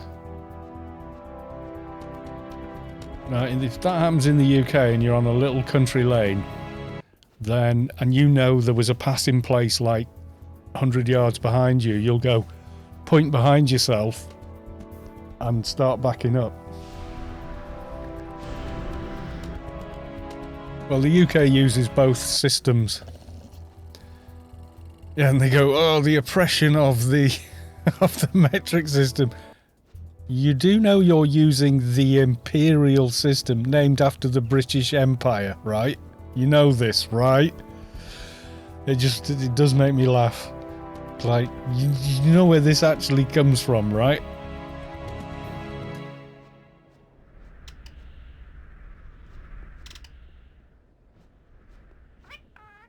Zind keep being Uber, looking for his daily. Are we gonna get... oh, there's a downed salamander over here. Yeah, there's two salamanders skins here.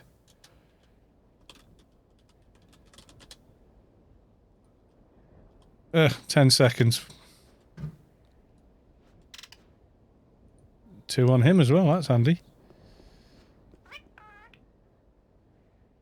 Yeah, I think I've got my bits now. So I've got the tooth, I've got the smoky salamander and the coal lizard skin. I think that's all the pickups, isn't it?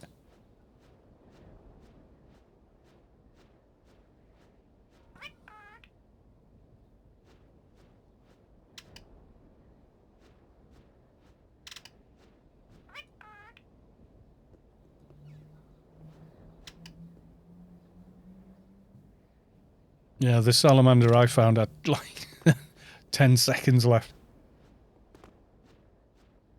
Canada's completely converted, only the old people. Yeah, I still think how far away something is in miles. But if someone says, oh, it's 10 kilometres, I immediately think it's about 7.5 miles away. Do you know what I mean? My brain just does that. And same for speed as well. But temperature and distance and cubic volume and weight, I'm fine with. The thing is as well with the imperial system is in volume weights and things, America's weights and measures are actually different. So they're different from everyone else using the imperial system. It's just silly. Yeah, pints of beer. We buy pints of beer or 568 millilitres of beer. That's why I liked it when I went to Germany. You asked for a beer at the bar, you got a litre of beer.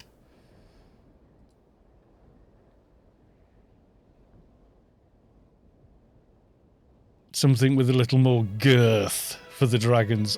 Yes. Mihalik, if you're 201, want to run down to your lane and grab yourself an envoy? That'd be pretty nice, but I'd have to get to 201 first, Mihalik. That's the only snag with that, and I'm 194.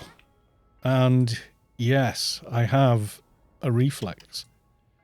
And I've got a crude upgrade thing. Crude upgrade kit. Also have one of those, so that's going to be nice. Right, Mr. Ricky Chards. Premium experience boost, yes.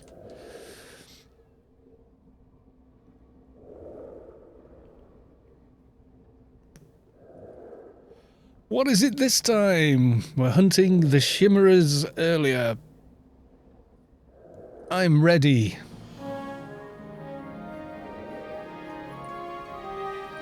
Mr. Richards. It took some time, but I managed to get one. I think it is only one he needs, isn't it? 195. I build houses for a living. I've got somewhat used to both, but I still use... Yeah, I know what you mean. When I'm buying, like, timber, I invariably go, yeah, I need some 6x2 planed all around.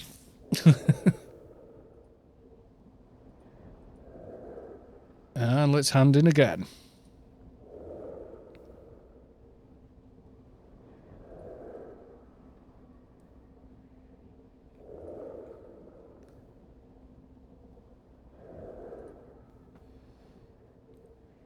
There we go. 1 skin. 2 skins. Thankfully, there aren't 2 more. Metrication in Canada began in 1970 and ceased in 1985. Alright. Yeah, but if you ask a scientist how cold something is, they'll tell you in Kelvin. The Battletoad Brothers. I googled the War Academy and the architecture is supposed to be Mott and Bailey style with no reference in game, but there were Norman castles being written out. Mott and Bailey was way before castles. Way before. Right, I am nipping to the loo, having a pee and also filling up on water.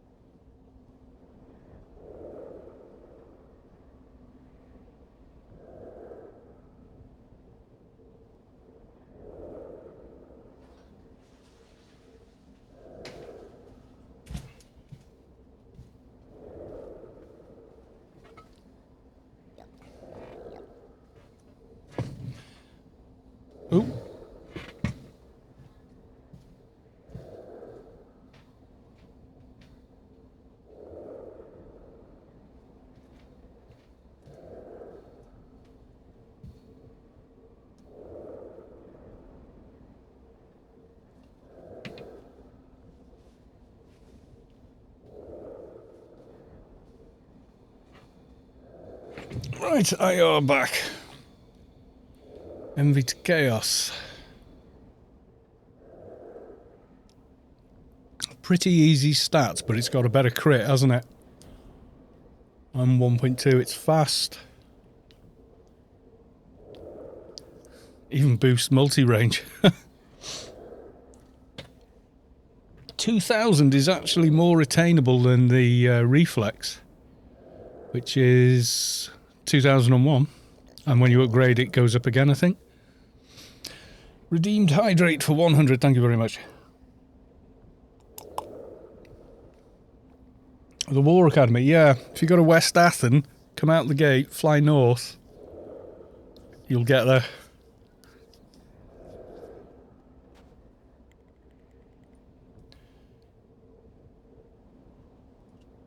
Get Wonderbanger. Ahaha.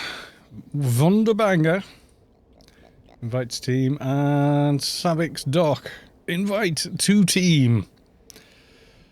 Right, so now we need to switch zones to Frontier. Dungeon. No, no, no. I will show you on this stream exactly where it is, because I used to level there back in the day. Mostly you've out-leveled it if you do one run to the subway. Right, which one first? The one nearest Frontier is gonna be...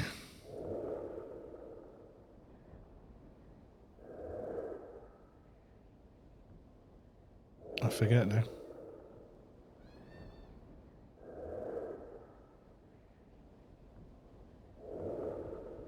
I always feel like he's over here, but he's not.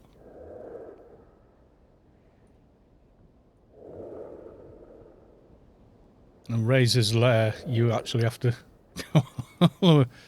yeah. Razor.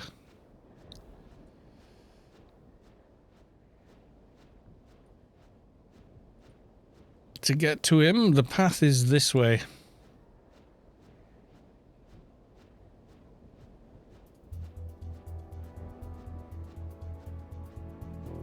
Pros and cons of Arid Rift AFK AIXP.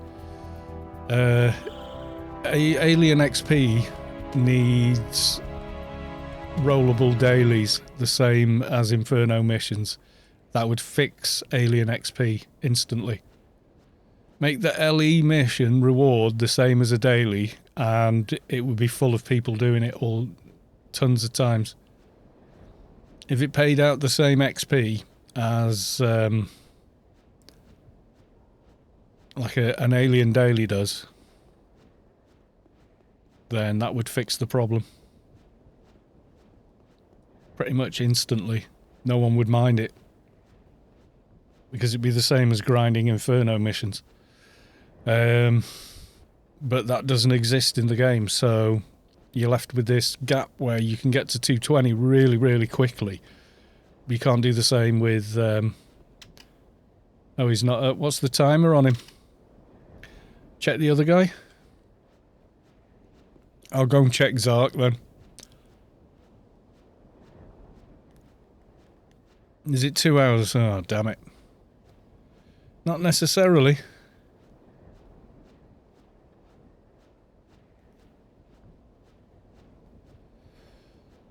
Yeah, the War Academy, it's a little fort with a bunch of mobs to kill all around it. That's it. That's all it is.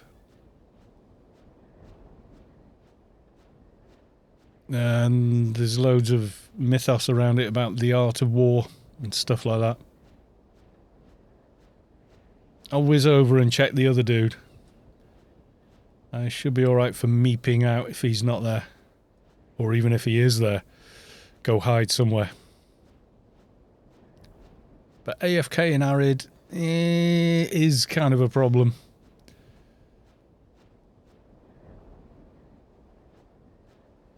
AFKing in Arid. If you're a pet class, yeah, you just go and find a little corner and sit there.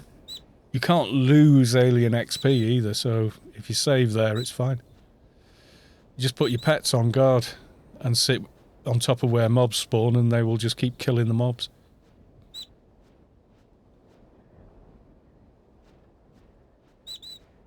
depends which mobs you're killing. If you're killing assemblers, it doesn't affect the quest, because for that portion of the quest, you just loot the mobs.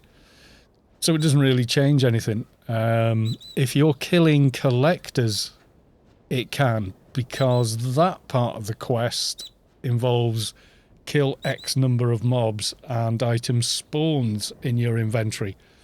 So it can block the quest there, but collectors and assemblers are the two easiest mobs to kill in Arid Rift. They've got the lowest HP and ACs and also hit the least hard. So they tend to be favoured for the AFKers. Yeah, there's a bunch of technician Mark IIs up above the final, like, boss thing you fight in the quest. I do see people AFK there, and I'm gonna die.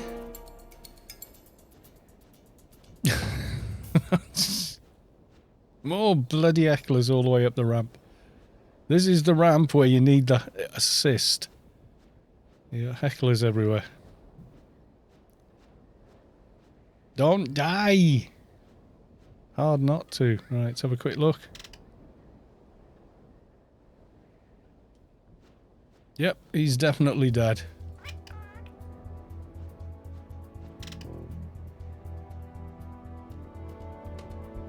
Will I make it or will I die?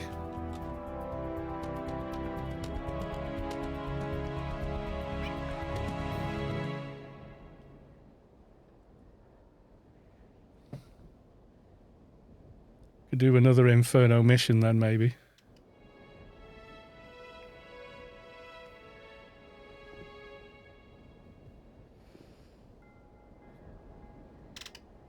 Yeah, but it's not Arid and people that are the problem. It's the availability of alien XP that's the problem.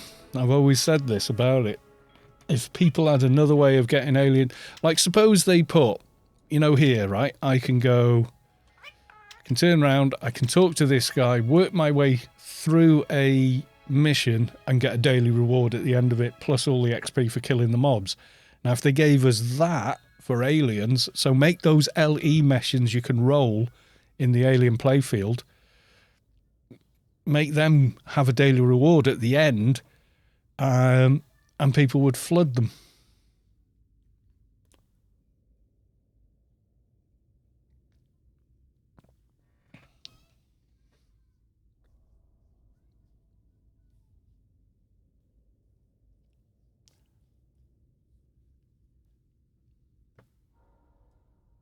Well, you can't be kiting and moving. Because one's different from the other. What are we going to do then, guys?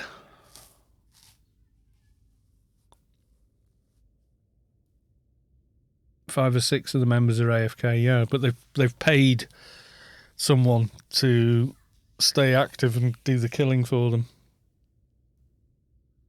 Usually.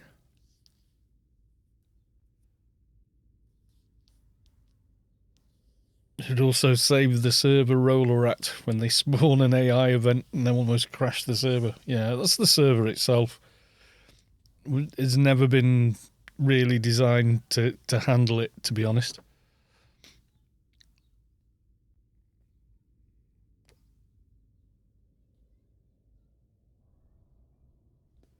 There's loads of people AFK in the game. Loads of them. I see people that never move from a spot day in, day out. You see people stood there for hours and hours and hours that were doing something and now they're dead.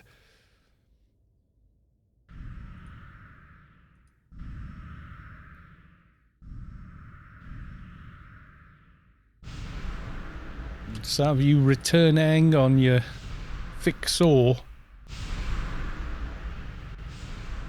Yeah, that's what I'm saying. If all they've got to do is take the existing missions that are already built into the game, where you've got easy, medium, hard, and a boss at the end, and put a daily XP reward on the completion of the mission at 100%. That's it. That's all you got to do. All the architecture exists in the game. Just just do that with it. And that you would fix the need for... You'd find no one AFK in Arid again. They'd just go and do those.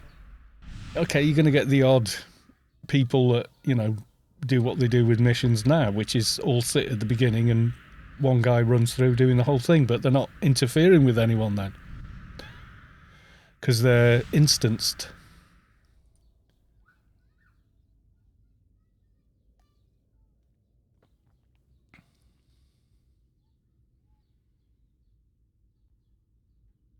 Alright, whom else is joining us for the fun and the games? It's just a mission now, so... Where's Ensler gone? Does he want to come and get some more XP? They should do hourly seekers. No!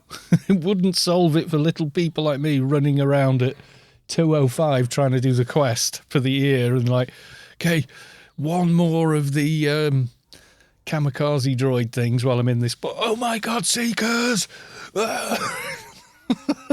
Or you run into the next section trying to do the plants and suddenly seekers spawn and you're stood there like a lemon trying to do your bit of the quest. No, we're not having seekers in Arid Rift. Savik, no.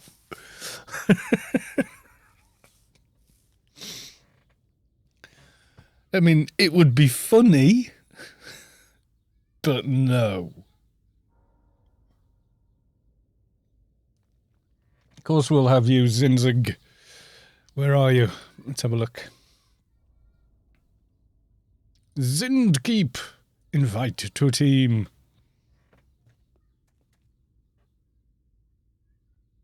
I'm going to ask Space Quest. I know he loves Seekers. He does. I said, do you deliberately send them after me? And he just laughed. And I went, that's not denial. He just laughed again. He bloody does. He goes, sometimes I watch your stream while I do the event if you stream it, he said. And he wouldn't say any more than that. It's like, damn you.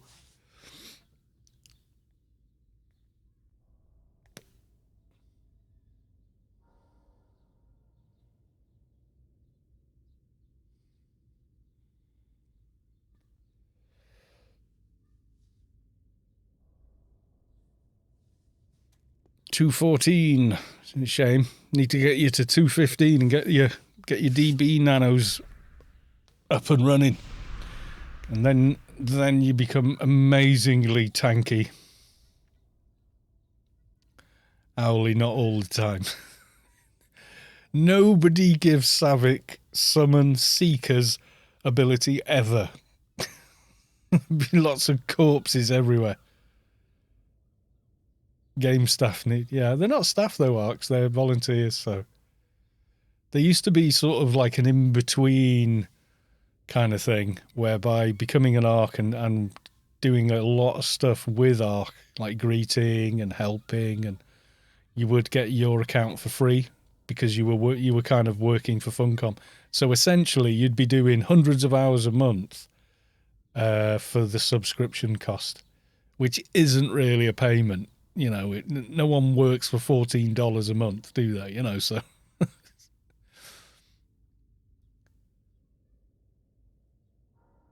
But that was the kind of trade-off. It was like, you want to help anyway, so to reward you for the help, your account is free while you're an Arc kind of thing. But that isn't the same as paid staff. I don't think you could define it the same way. That's like having a glass collector at a bar and paying them by letting them have a free beer once a month, you know?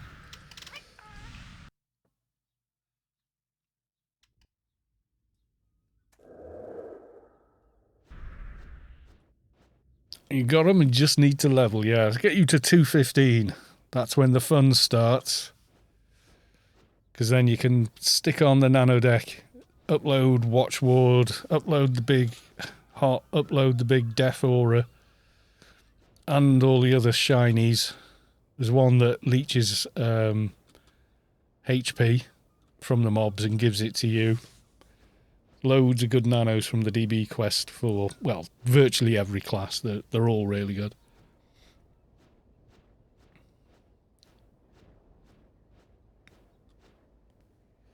215 on a keeper. Once you've got all your nanos running, you'll run off soloing stuff you didn't think possible, and you're damn sight more useful in a team as well.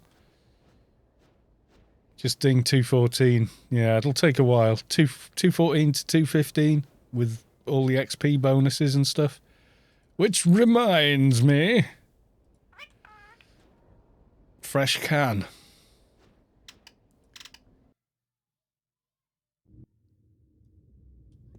Why the hell don't you get XP for the DB quest? Because it's on Rubicar. Okay, there's a camera in the very first sort of bit.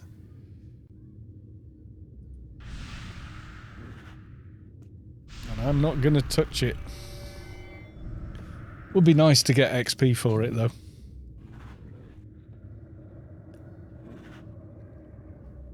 Old Sabic.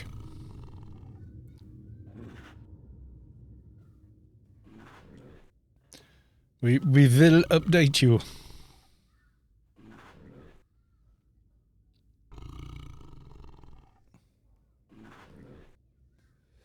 Going to Pand and getting your lightsabers. Oh yeah. Salad pizza. Yo. Welcome to the stream.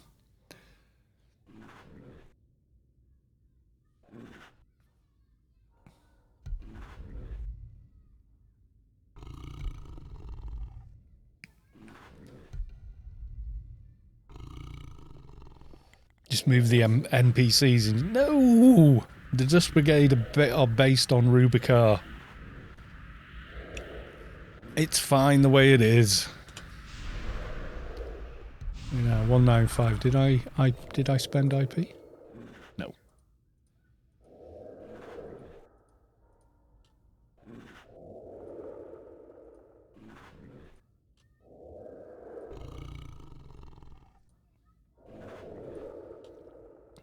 Nano casting. I know what I need.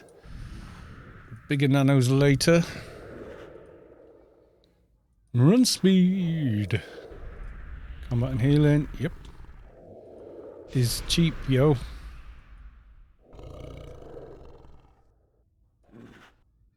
I know I need other nano skills, but we'll get to them when I have the nano in front of me and know how much I need to spend. I hate quests. I like them.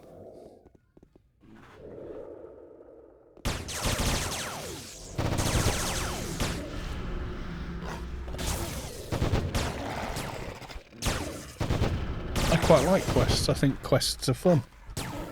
I think they're better than grinding.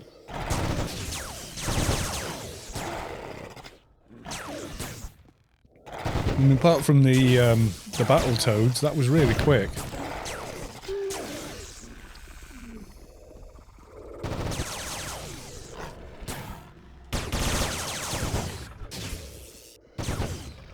Ugh, dude. Yes, just too late. Already rolled and started, I'm sorry. Hoggerman, but yes, there would have been if you'd have been a bit quicker.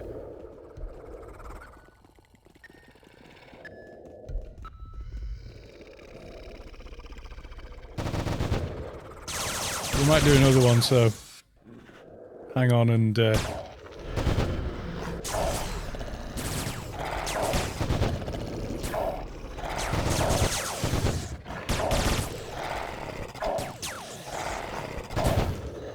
yes, the other good thing with Inf New, I will give it, is you can join in after it's started, which you can't do with old Inf Hards. You don't. Well, you get mob XP, but you wouldn't get the reward at the end. You have to be in the team when the mission is pulled.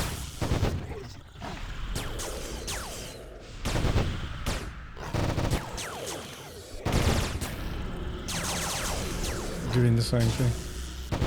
Sort of is, but the battle situations change as you're playing.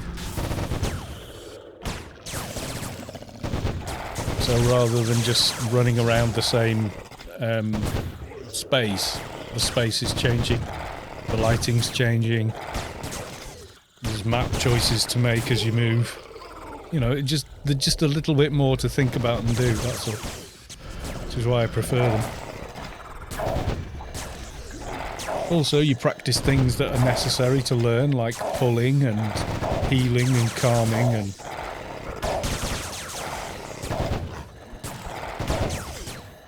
Yeah, fix a grid and beacon walk, yeah.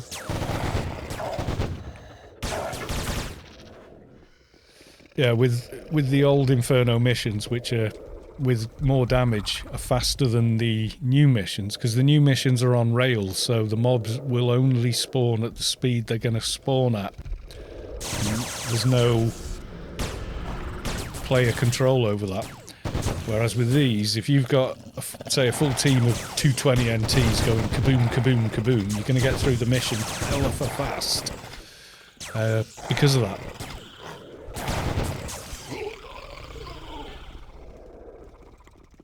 Plus, generally, you kill more mobs in this as well.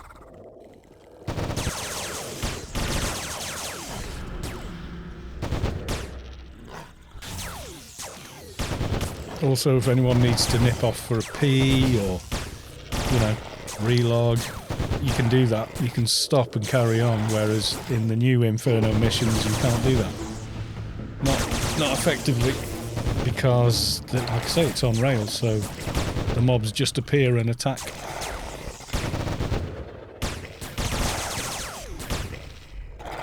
I guess really there's pros and cons to both. Like with the old missions, there's no option to pull a neutral mission, whereas there is for the new ones. But that was more to help, you know, make team mission stuff available for quieter sort of time periods in the game. So if you play in time zone of the damned and there's never anybody on that wants to do anything, at least with those you can, oh well, we'll do a neutral mission. It's something, you know.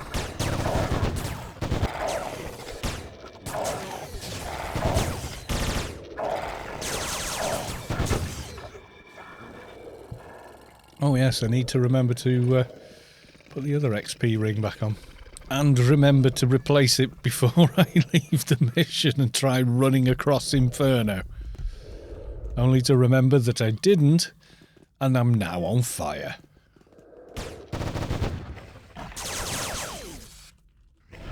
So yeah, it swings and roundabouts, but overall I prefer these. It just feels that you're doing more somehow. And I guess you're not. You're running around killing mobs, but you know, there are certain rooms you walk down to and you need a calmer, you need,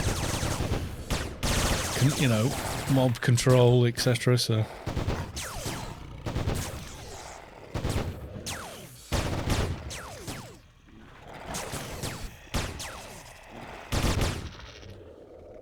you got to think a bit more.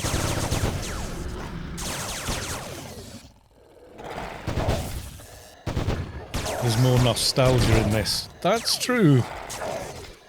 Soto Mahoney has resubscribed with Prime. They've subscribed for 10 months, currently on a 10-month streak. Quick everyone, the ominous spy has arrived. Welcome to the stream and thank you for the resub, Soto Mahoney.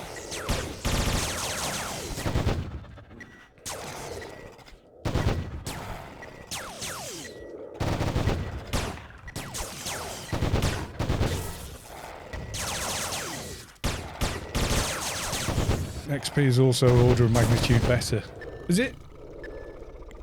It feels like it is, but I've never, you know, scientifically measured it. It definitely feels like it though. Tab Q, tab Q. Yeah, a little bit. They are, yeah. They were a little bit more exciting when you had to take down 2 of the bosses to make it faster.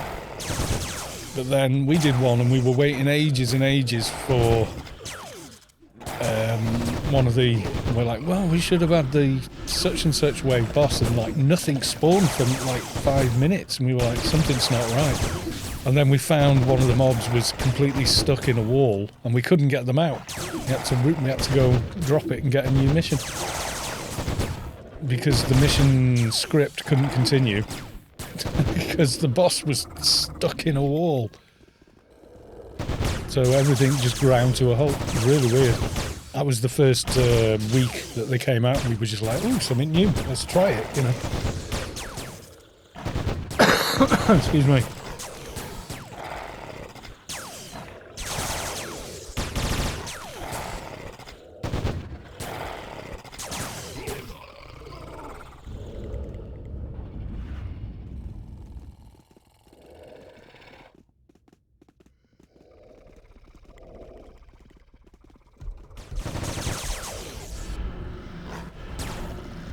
Yeah, I feel like I'm killing more mobs per minute in this than I was in the other mission. So we're going a little faster. In a weaker team, it will go slower, but you won't become overwhelmed because you go at the speed that you can go at. So, you know. Overall, though, I definitely do prefer these. Maybe because it feels more like doing team missions back in the day when they were the thing.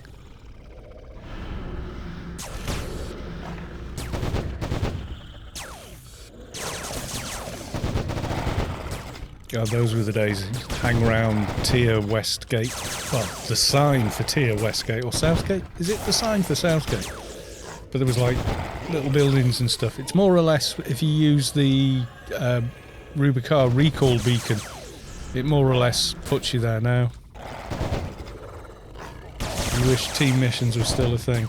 Yeah, 196! Yay!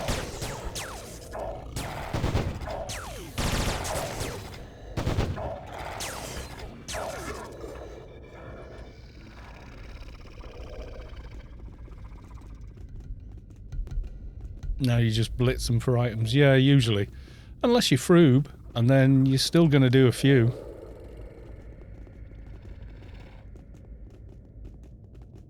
Sometimes I just like to chill and kill diners.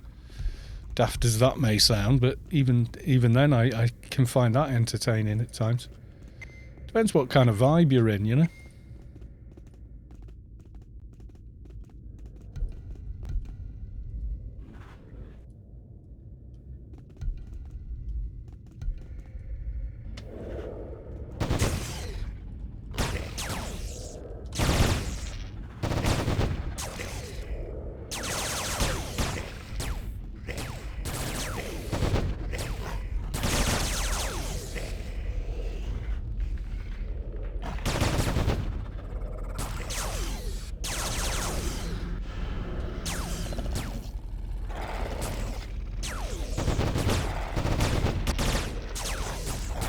If you're doing another Inf run, shout at me on Discord in case I'm AFK. I can join with the 217 crap. Oh, that'll be nice, dude.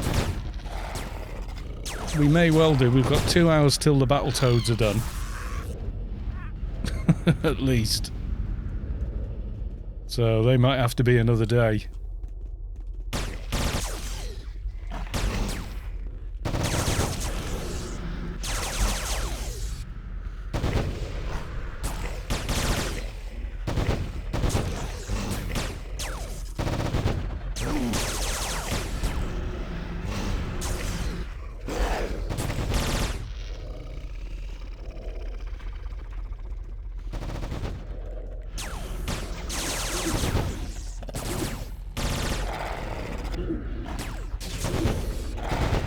Yeah, if you'd have shouted up a bit quicker, we could have done it as well.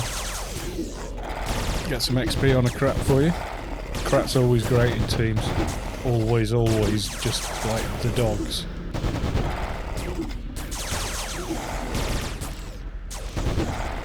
And crats have got every reason in the world to hit 220. Because Carlo is a thing.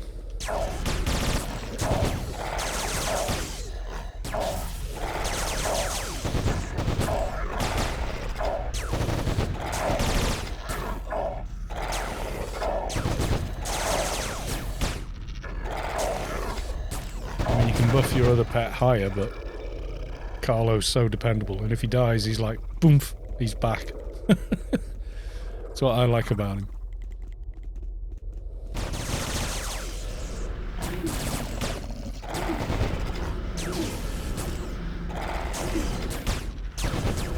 Yeah, being the level we are, faction. I've got 49k and change.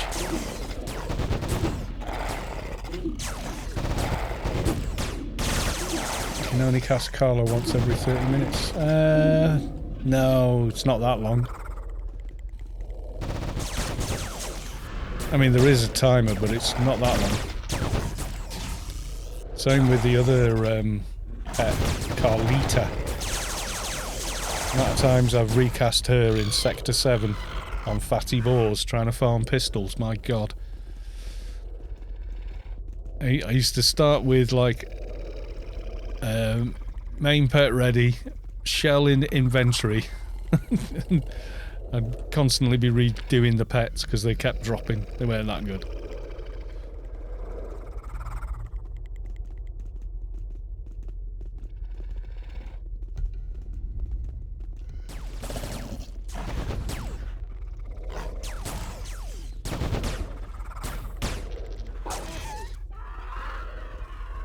So we are blasting through the levels on this guy, I think.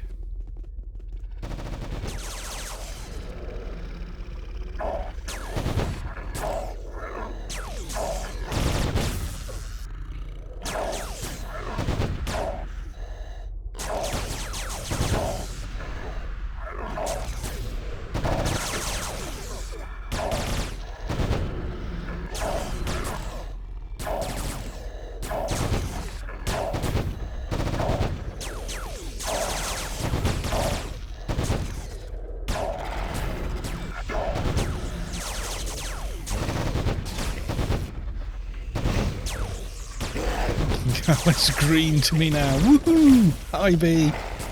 Now, when Stella Barnes is green, that's when you're a high B. And some of the West Athen guards are grey, then you're a high B. Is that clear? Is that a small floor? I think it was, wasn't it?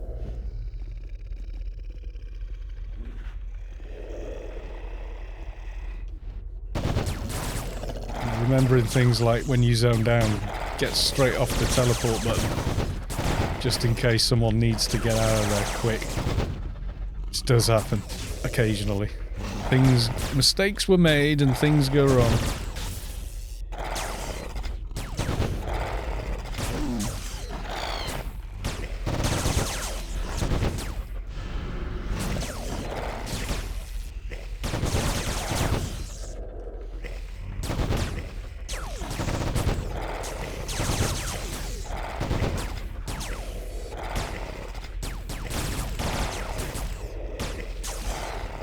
I think the cooldown on Carlo it's quite short, actually.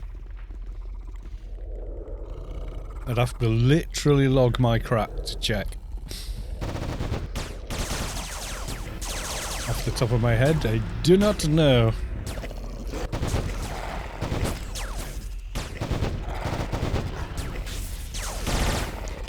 The other thing as well is if you're the lowbie in the team, you're getting slightly less XP than everyone else.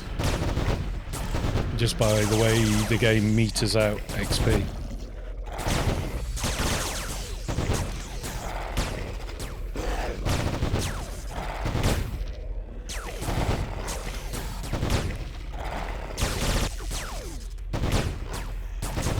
There was even talk at one time, I think it was in EQ2,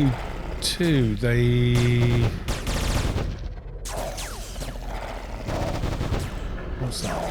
The missions you're doing now, is it only the team leader needs to pull the mission? Yeah. Yeah, one person pulls. You don't need the garden key, you don't need an insignia, you just need to be in the garden and talk to the forester, if you clan.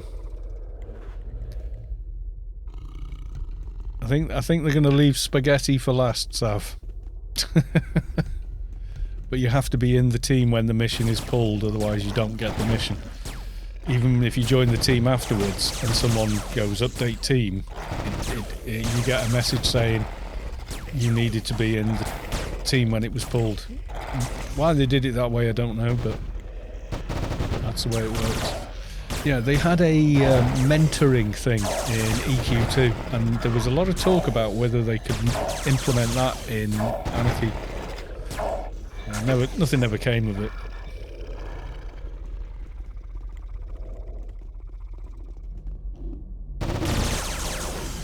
Some ideas got bounced around, but that's kind of it.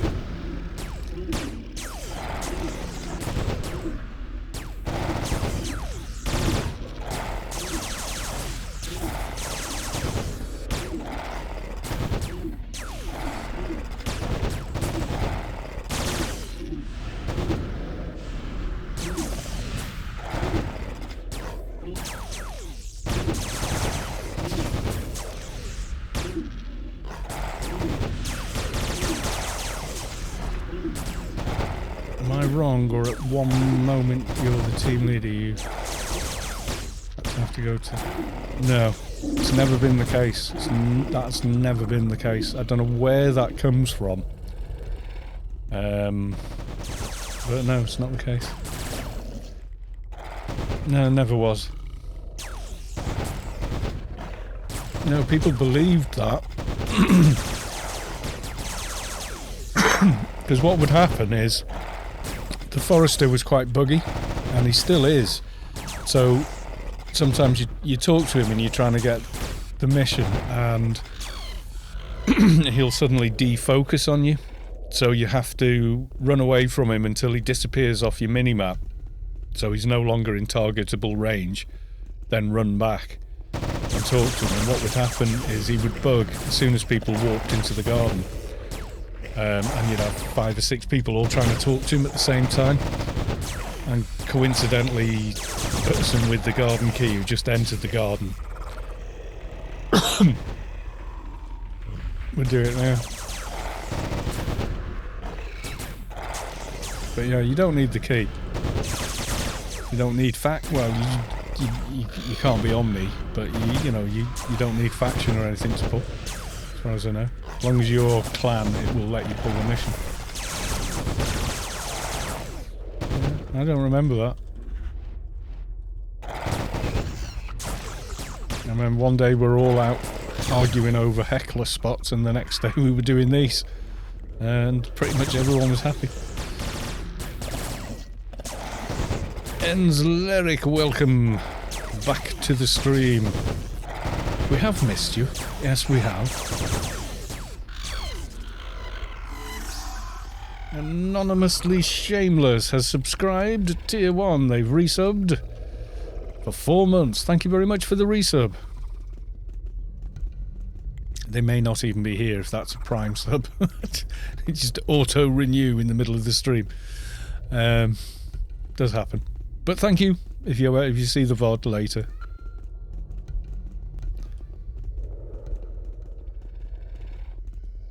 Oh, hell yeah, good to be back. Ah, well, there you go. You are here. Very good. I hadn't seen your name previously, so I wasn't sure.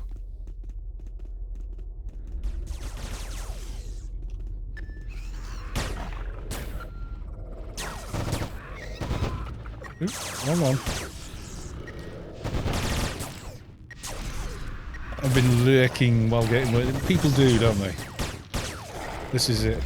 People over focus on the visuals of their streams and stuff. It's like, get your audio right.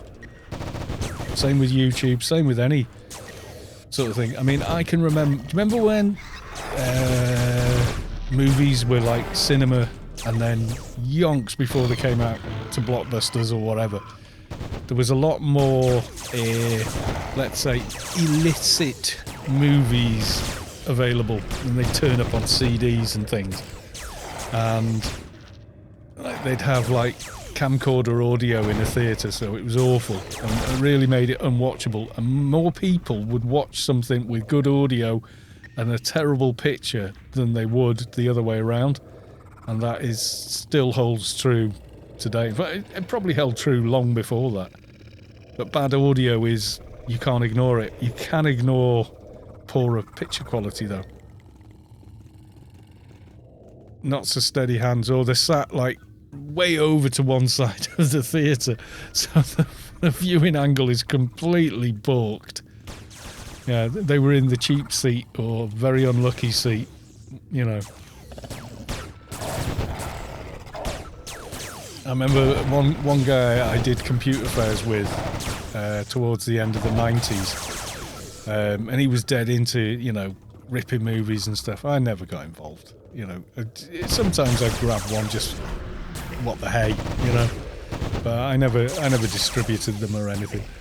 And yeah, I got one. He said, "I've got this DVD rip. It is. It's a DVD screener that's been ripped to four CDs." And there was like people walking past, chickens clucking in the background. Oh god, it was like the worst piece of crap you'd ever seen in your life. We were just like, no, I swear down, it is definitely. It was like, oh my god, mate. We were in hysterics. I think it was The Phantom Menace or something. And it I just didn't have a clue what was going on in the movie because we were going, the chicken's back, yay! And they were there. Like, must have been camcorded in some village in bloody, you know, Eastern Asia or something, is what it looked like. You could hear people talking, and we're going, is that Mandarin? Oh no, it's a screener. It's a DVD rip, it is. It's a screener. Oh, dear me. Yeah.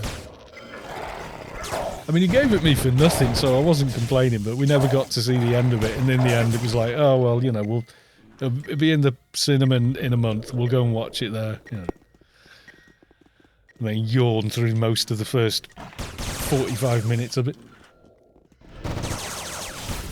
Yeah, you could see the shadows going past us. Well, with this, you could almost... I was pretty damn sure I could hear a projector. It might have been a generator, I don't know, but something was... Some machine was...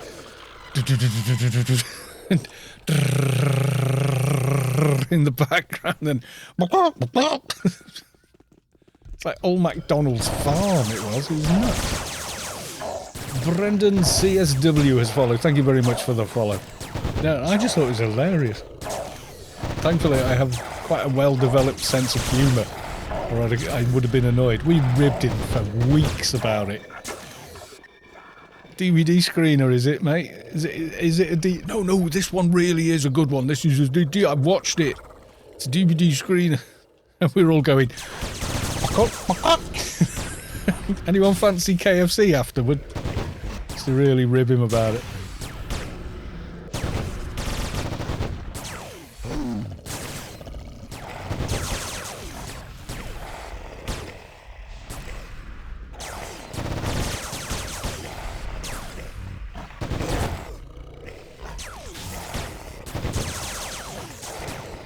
Yeah, they were terrible. I mean, the way they eventually beat piracy was just make it easier and cheaper to not bother, you know. And now we've got the streaming age anyway. The stuff you can get for free is exactly the quality it would have been if you'd have streamed it in the first place. So, you know.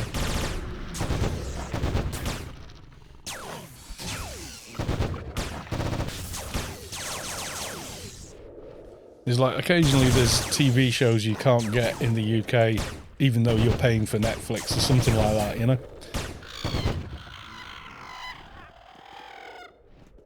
And people will, like, you can get HBO in the UK, but it's damn expensive considering what they've got on there.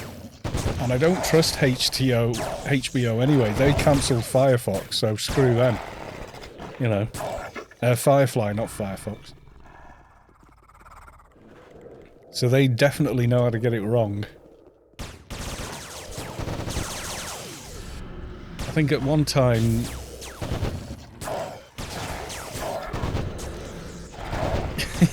Netflix killed piracy, now everybody wanting a slice of the pie. Yeah, YouTube would desperately love to be Netflix. They would love to have subscription only YouTube, and it would utterly kill the platform, guaranteed. They went that route. No, not Firefox. No, Firefly. Which have you never seen Firefly, Ensler? It's a TV show that didn't even finish its first season, and it's probably one of the best science fictions you've seen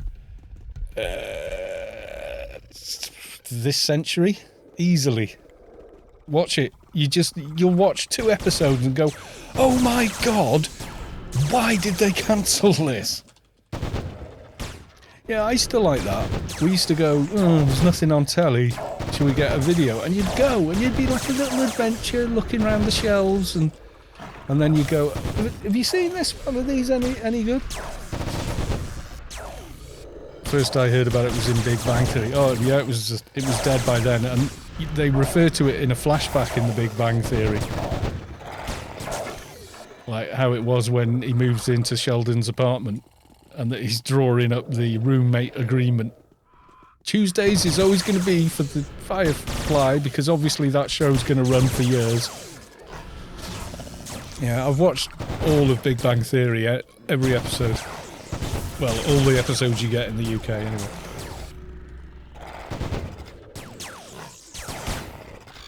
And it's excellent, but yeah, Firefly is one show that they should absolutely not have cancelled. But they deliberately released... They didn't believe in science fiction anymore, because it was around the time that people were getting Star Trek fatigue. And it wasn't Star Trek. It was fresh. It was something new. It felt different, you know. And I absolutely loved it. It's like Cowboys in Space, basically. And on the face of it, you think, that can't work. But it so works. It so works. And they released the episodes out of sequence, so the story arcs didn't make sense to anybody, and they released them at a time that didn't be... They wanted it to fail, basically. HBO wanted it to fail because they didn't want a sci-fi show, because Enterprise had just been cancelled. Congrats, Ensler, on the ding. They did not want a science fiction show. They thought that it wasn't worth getting to the end of the season on, and they cancelled it. And had we had like Twitter and social media that we have today, at the time, we probably would have managed to save it, because they tried to do it with The Expanse as well. They wanted to cancel The Expanse after season 1, and then there was a big Twitter campaign, Facebook, and, you know, all the medias, etc. Orville's brilliant. Orville is TNG, but with a sense of humour and a little more heart. Orville's brilliant. It's hopeful. Everybody wants to, you know, dark side everything, and it's like, no, bit of hope in something, somewhere. And I really felt, you know, like I knew the people in the crew of that show after the first season. I could not wait for the second season. I was disappointed 1 or 2 people left and were replaced, but then I got to like the new people. I just really loved it. And then far more of the longer reaching story arcs and stuff. Great cast, really well written. And, you know, didn't get the music, but I got the mission reward XP. Sav don't care, Sav just wants to kill everything. Now, the Orville is good. It's not as good as Firefly was, though. Sorry, but much as I think Firefly is one of the best Star Trek shows ever made, Firefly is better. Sorry, honest opinion there.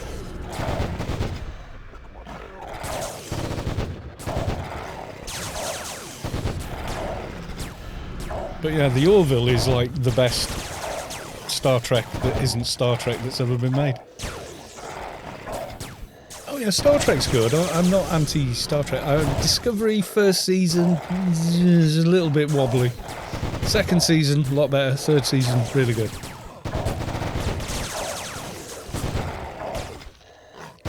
Oh, there's so many loopholes in Star Trek and whatnot that, you know, they're complete game-changing thing happens in one episode or across 2 episodes. But you go back and watch, you know, the first season of TNG, and it's pretty ropey. You know, there's some good episodes in there, but mainly it's pretty ropey.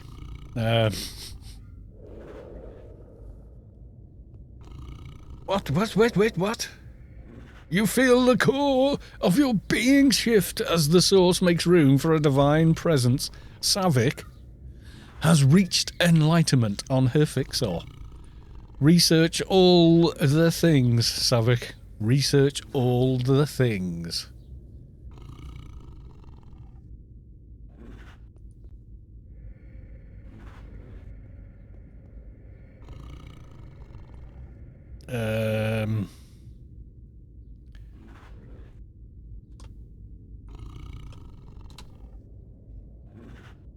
But also,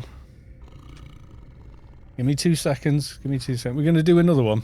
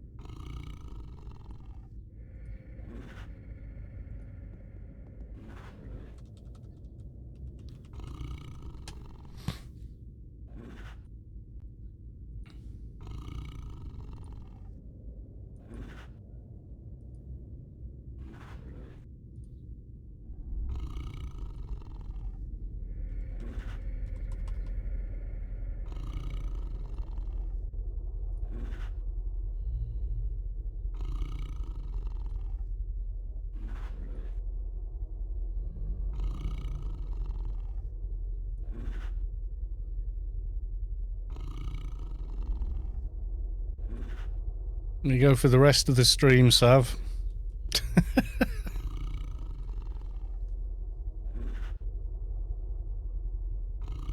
I'm gonna grind another. I might actually hit 200 in the next one.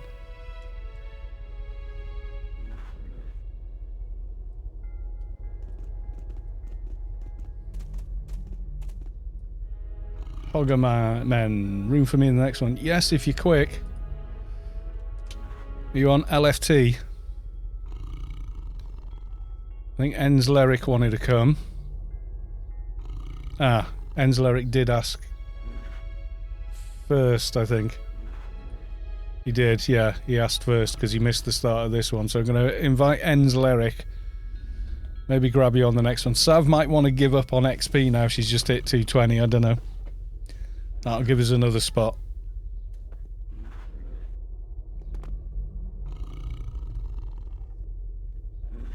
I'm trying to be fair with whoever asked first and stuff, so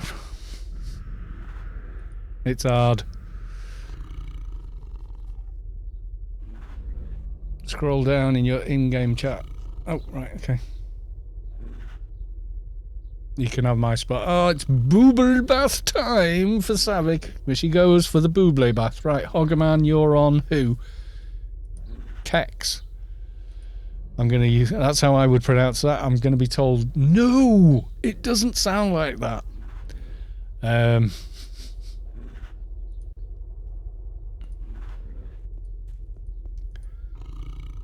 That's actually British slang, albeit a little old slang now, for trousers. Not jeans, but trousers. Oh, man. I just spilt a load of curry on me Kex. Actually, that's K-E-C-K. But I can't think of another way to say that word, so it is now how it is pronounced.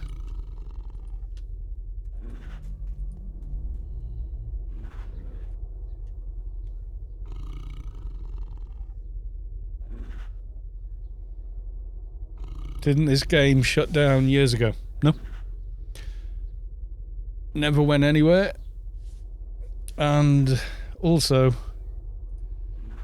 this month, celebrating 20 years of Anarchy Online. 20 continuous years, Brendan. Oh god, that's horrible. I'm not doing that again, sorry. Yeah, maybe you did drift off from the game, but it's always been here. It's never gone offline.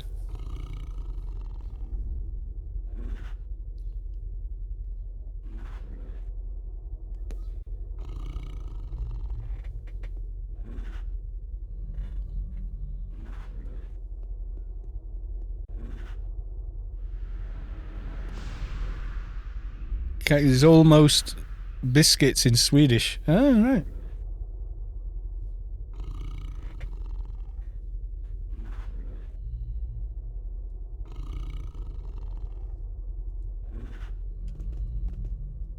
Ergo. Full team, yeah, sorry Malik. He disappeared on us. And then everyone shouted out. Enzleric had been waiting to get in team for quite a while. Keks in German. Is it? I don't know. You speak quite a few languages though, Sav. I mostly speak English. And a little Welsh, but not as much as I used to. I don't use it often enough, that's the problem.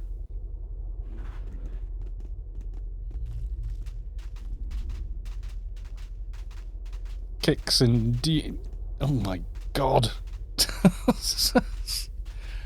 These all mean trousers, do they? Or some kind of biscuits?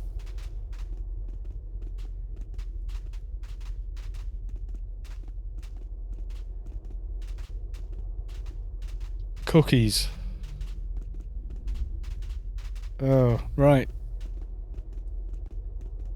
Because, you see, things like Ritz, the Ritz biscuits in a lot of countries, but in the UK they're savoury snacks, therefore not biscuits, because they're not made out of the same stuff as biscuits. They're more like a bread, like a, you know, cream cracker kind of thing. It's keks in... What is trousers? Is trousers keks in loads of other languages? Or are we talking about biscuits of some description?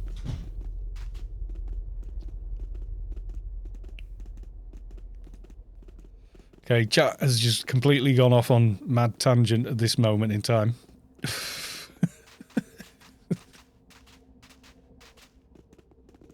Yeah, I went from 3 servers to 2, and then 2 to 1, and then went back to 2.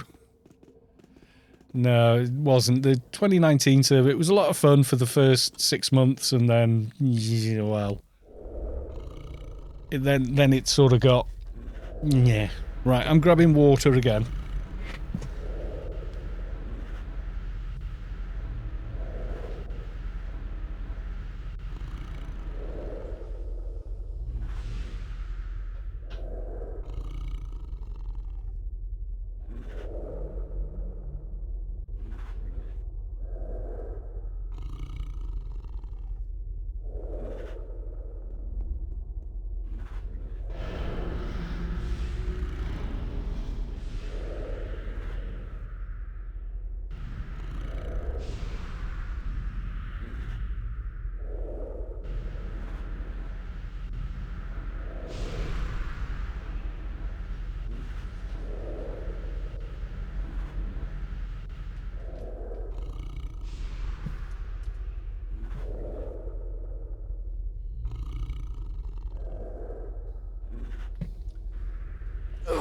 Enzleric redeemed hydrate. Cal is most likely the most hydrated man in the UK.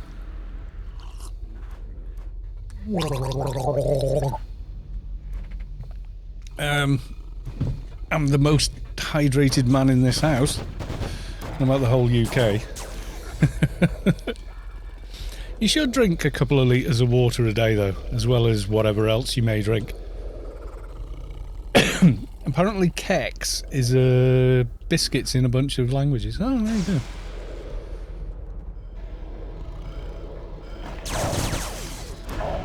So it's spoken as pronounced keks, but spelt differently in, what was it, German, Norwegian, probably Danish.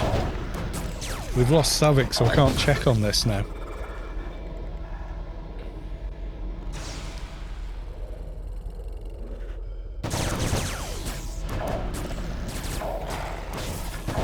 Funcom dropped servers on Conan. Don't know. I tried Conan for a week or so. I couldn't settle into it. It's the same with most Star Wars type games, like Star Wars: The Old Republic. Everyone playing a Jedi wants to be, you know, Obi-Wan Kenobi or, you know, something like that. And then everyone playing a Sith wants to be Darth Vader or the Emperor or worse. You know? So it's like you can't all be that character, and sort of like with Conan, it was like everybody wanted to be Conan, and well, you can't all be Conan. It's like that embarrassing fancy dress party where everyone turns up with the same costume. No, I'm Flash. No, I think it's clearly understood I am Flash. You know, it's that kind of deal. It's weird.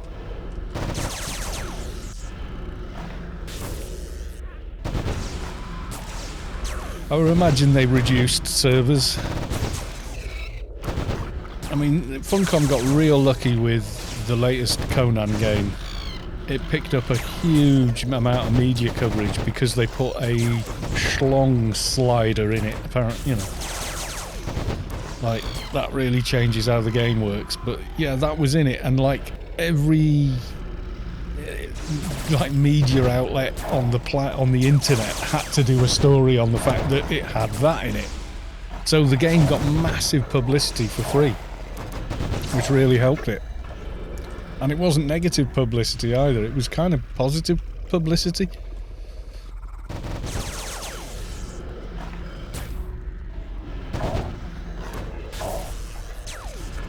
Doesn't matter anymore, you can just be alternative Flash. Yeah, but did you not see that on The Big Bang Theory? They're all going to a fancy dress party and they all have Flash costumes. It's just silly. We have a sparsely populated mission here. It's also got a pretty funky layout as well.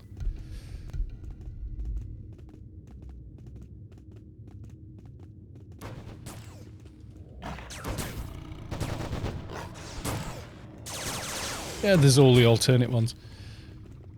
I rewatched. Did anyone see the what's his face's re-edited version of not the Avengers, the DC version of the Avengers, whatever the hell it's called.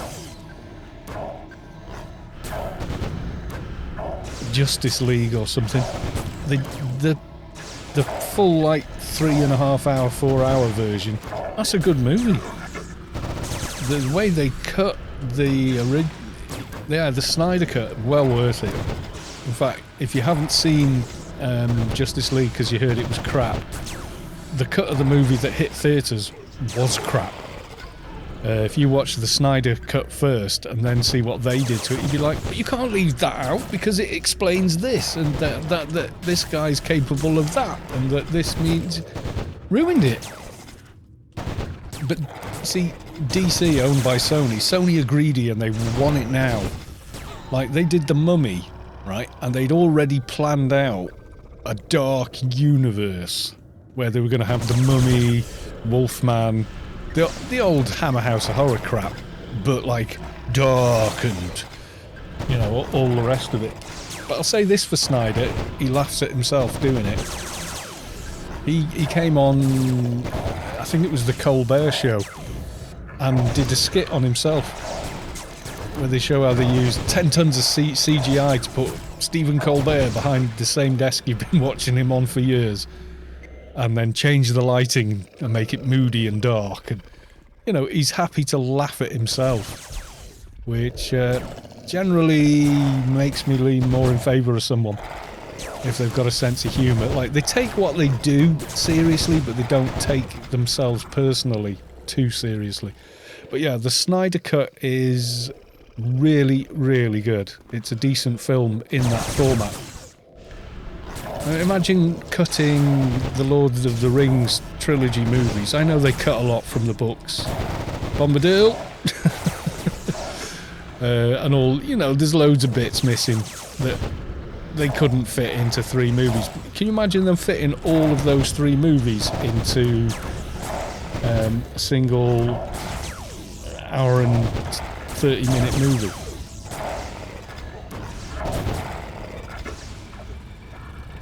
Because basically that's exactly what they did with the Justice League. Ruined it. The Snyder Cut shows you what the intention of the movie was supposed to be. Someone's giving away a Bock on Darknet. God damn. I missed that. I guess they couldn't find someone to say. I can't get there though. I can't get the bloody Hold Hell at Bay on. I'll get a Bock. Don't worry.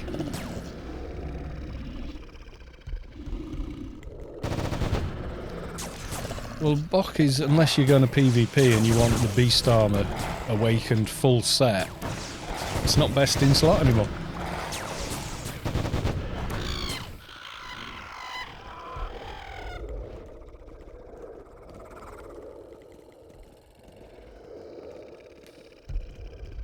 Have you seen the Snyder Cut?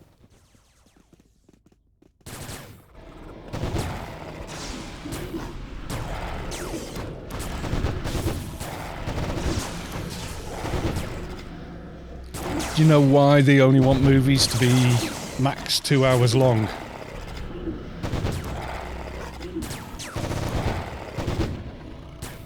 Yeah, well, you can watch it for free, so watch it, you know? Even if you watch it in segments, like you'll watch Breaking Bad and Game of Thrones and everything else. More butts in seats, exactly that, daylights. It's not that the audience can't cope with a 4-hour movie with an intermission. It's the cinema owners can't cope with it. They need they need more bums in seats more often. You know, you pay the same ticket price and you're in there for 4 hours, and they could have sold twice as many tickets with a 2-hour movie. It's that simple. Famously, in a lot of cinemas, when we were still in celluloid movie time, movies were re-edited in theatres. You know, knock an extra 10 minutes off the movie so you could get more bums in seats in a day. Like, all the music from The Sound of Music was cut in the Japanese release because they wanted more people coming in to see it or something. I picked that up on something like QI or one of them. 198, we're getting there. So yeah, it's the economics of theatres wanting more turnover. It's got nothing to do with an audience being capable of watching a movie that's that length. Never was. Yeah, more popcorn. I mean, popcorn and sodas, yeah, probably. Even on a 4-hour movie, you're going to go, nah, you know, I've had enough. No, 1 popcorn for me. Kex, you're gonna die. You picked the wrong mob. Kex died. Ah, now I am. For healing him. While he was aggroed. Did you die or did you run? Hey, you're not grey anymore. Yay! Yeah, they make a colossal amount of money there. But yeah, they cut movies to 2 hours max so they can turn over ticket prices. That's all. It's not that an audience can't tolerate it. I mean, you go to the theatre, a lot of plays are 4 hours long. They're like, they are the entire evening. You know? There's an intermission and a bar and yada yada. You know, you go to the actual theatre with real people on a stage acting, you know, in real life in front of you, and a lot of plays run for 4 hours. It's like that's pretty much your whole evening, maybe drinks after somewhere, but there's usually a bar at a theatre and stuff. And, you know, at the halfway point, You go and talk about, oh yeah, that one down by the front, really annoying me. Keeps coughing and I can't hear Thingy talking because he's softly spoken in that role. He died running. Get yourself back, my dude. You will recoup. Just get back inside and get the, you'll recoup it all on the reward. Yeah, sometimes it would be better I mean, can you imagine Breaking Bad as one complete movie? It'd be too much. But, like, look how well they did with Good Omens. They got just about everything from the book and got it into the 6-part series. It really worked well for that, and maybe that's the way they need to go in future, because people aren't going to theatres like that anymore. And all the lockdowns and the theatres shutting, people have gotten used to being sat at home watching stuff on their amazing looking TV, you know, compared to how TVs used to look. You got to remember, TVs used to be some innocuous little 20-inch thing in the corner of the living room, you know, compared to a huge screen in front of you at a theatre with amazing sound. It was a big difference. But now, the home TV market, I mean, wow, they're amazing TVs. They're better picture than you're going to get in the cinema half the time. Vulpu, welcome to the stream. There you go, I have a projector in theatre room in my house. There you go. I'd love a big 50-inch plasma for our living room and then turn off the lights when I watch movies. It would be just like having a perfect seat at the cinema, except I can pause the movie when I go for a pee or go and get another beer or snack, you know. IMAX, yeah, they're amazing. They're amazing. Avatar in IMAX was... wow. That was gobsmacking.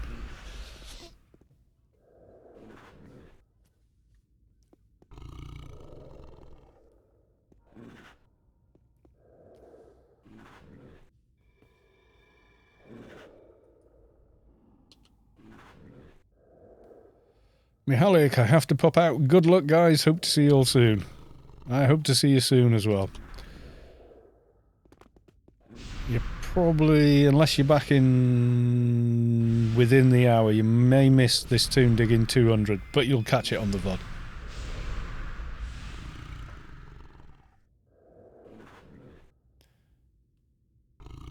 Oh yeah, they actually are flying real jets. I heard that, yeah. Kind of nuts because they're pulling how many G's in some of those maneuvers? Like 9G, some of them. Like, without any sort of training, you're most likely going to black out. That's like most people.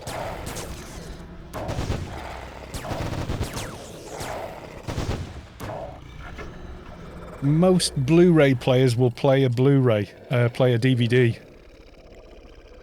ITO Derry. Just go get a Blu-ray player. It'll play a DVD as well. 99% of them will. Just ask the guy in the store, you know. Can play DVDs as well. Yeah, I heard it. I've been getting into the, you know, the hype for the movie and the interviews and all that and going, you know what? I want to watch it. I want to watch it. They're like a whole new... it was like a training plane, you know, where they've got the enlarged cockpit or some such. I saw that and was like, wow, whoa, this I've got to see. And then you're going to get like 40 people in the theatre throwing up. just watching it in IMAX.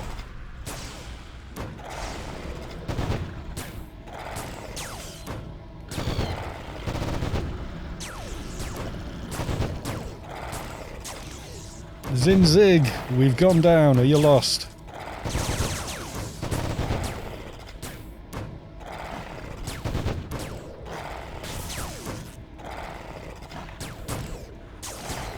Kex, at your level, I would probably FP dock and use complete heal and the other one to keep yourself safe.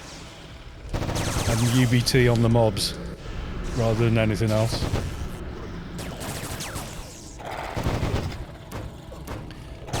I am going to watch the new Doom movie, because I think the casting is inspired.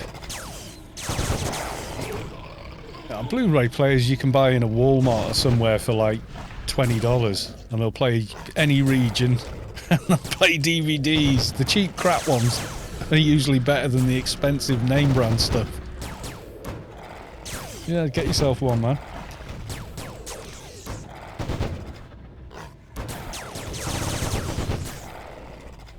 Oh, Children of Doom.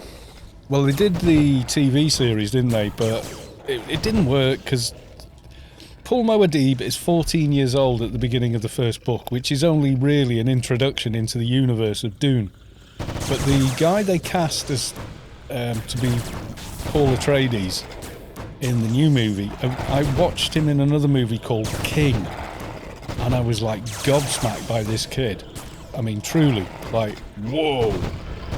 When I heard he'd been cast as to play Paul Atreides, you know, Paul Moadib, I was like, this could work, you know. But apparently the first film they've made, 2 hours long or whatever that it is only half the first sort of book, which is only an introduction to the Dune universe anyway. So I'm kind of curious. I will watch it.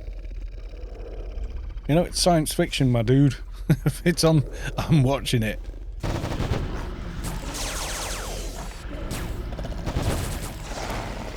Well, I think the way cinema works now is the last Dune that had any kind of success was probably the 2000 one. And a new audience is not going to understand jumping in on a second book. What they're trying to do, and I think they've always tried to do, is to get the first movie right. So they've built the audience, you know, release get Dune down to 4 hours, which is going to be a stretch anyway. It could be its own trilogy, the first book alone.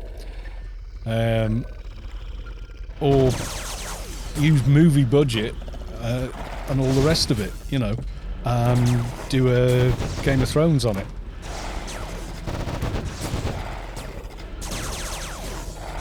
Oh yeah, the subtlety in the books and the nuance about tone of voice and the thoughts going on behind someone's eyes when they're talking and everything about that character is so in depth that it's difficult to translate that to film in you know, bums on seat time. I'm not sure they can. I think, you know, maybe it does need its Game of Thrones. For you know, each book will need at least a season of Game of Thrones, 8 hours of screen time to even come close to doing it justice. What it looks like they've tried to do is do the Dune book, the first book, and just for people that don't know, the Dune universe is massive. It's enormous. It is the universe. It's its own universe, literally, and it's a possible future of mankind kind of universe.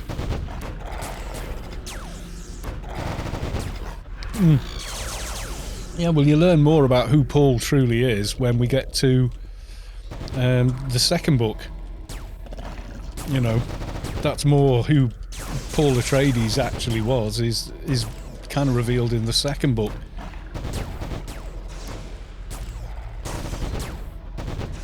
And then the darker side of that line is, well, you know, God Emperor, isn't it? You know, so... Saw ads for Foundation already. Foundation. Yeah, I can't say more without spoiling it, yeah. I mean, the first one's okay. You know, Captain Picard's in it.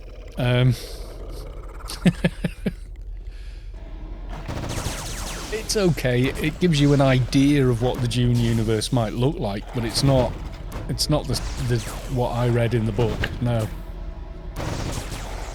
Not quite the same story. The whole ending in the 2000 movie, no.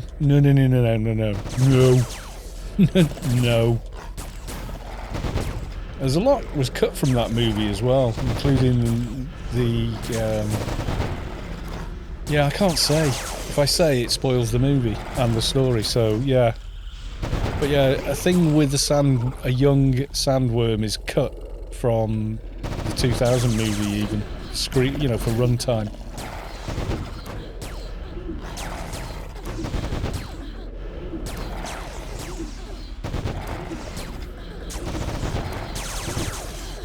Foundation, is that a different movie?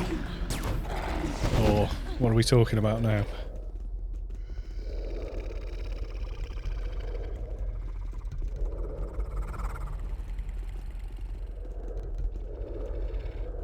I want to see a TV series of Control.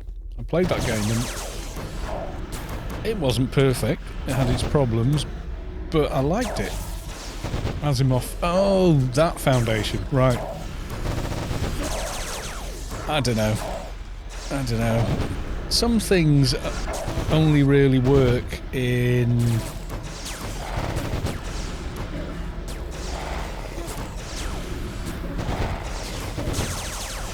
written format, you know, because the special effects and everything else are always perfect in books.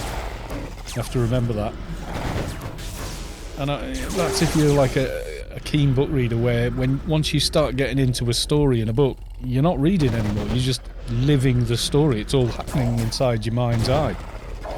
You're experiencing it from everyone's perspective, you know. That's what a good author will do, is you no longer feel aware of the page, the paper, anything. You're just in the story in a good book. Or any book that immerses you into the story. And that experience is unique for every reader, which is why I think it's so hard for them to make a film that satisfies everybody, because everybody had a different experience when they read the book.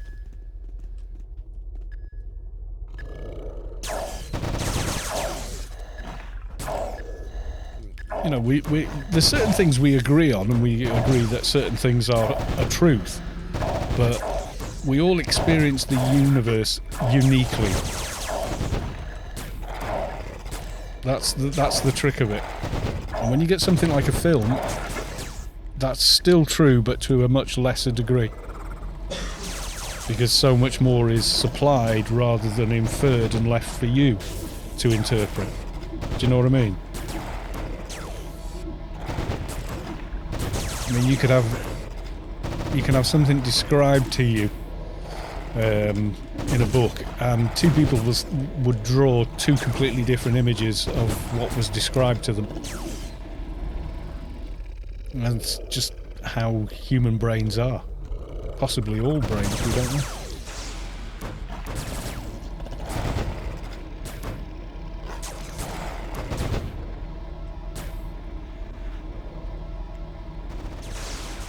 Target is already dead. That's the kind of target we like.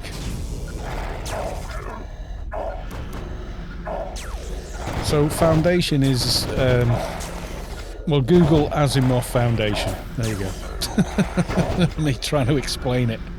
And I'm not that into it, but yeah.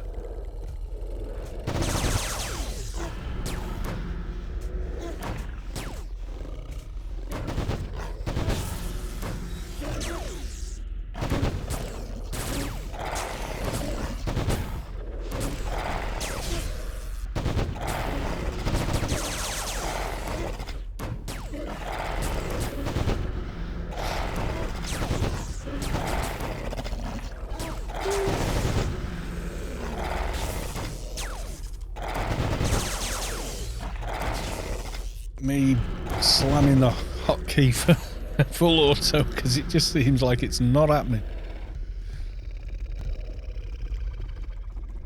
Yeah, this is the thing. It doesn't always translate to film. Because what you get when you translate to film is, like I was saying, we all kind of experience the universe in our own way.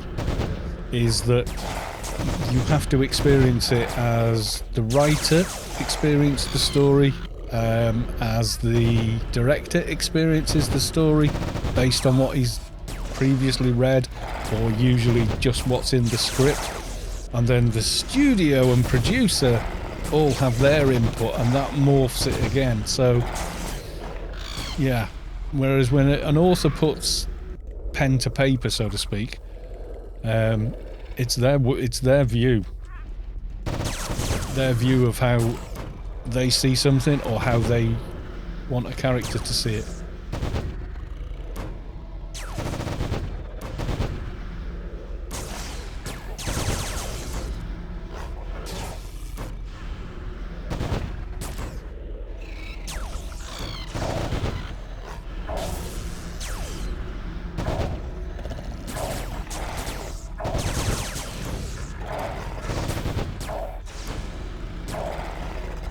You know, an author puts pen to paper, they give it to their publisher, the publisher goes, it's really good, but I think maybe you've written 2 books here, and we need to separate that out, and that's done a lot more effectively with writing than it can be done with film without reshoots and stuff.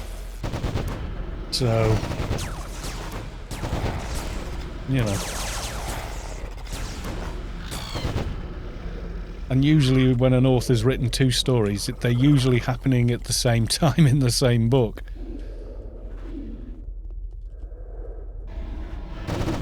Okay, a bit of lag there. Little bit of lag.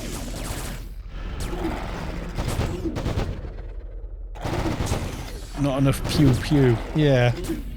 I mean, you look at just about all superhero stroke sci-fi books, they've always ended up with some great pillar of light or similar doom ray coming down from the sky and the heroes going off to fight the big pillar of doom.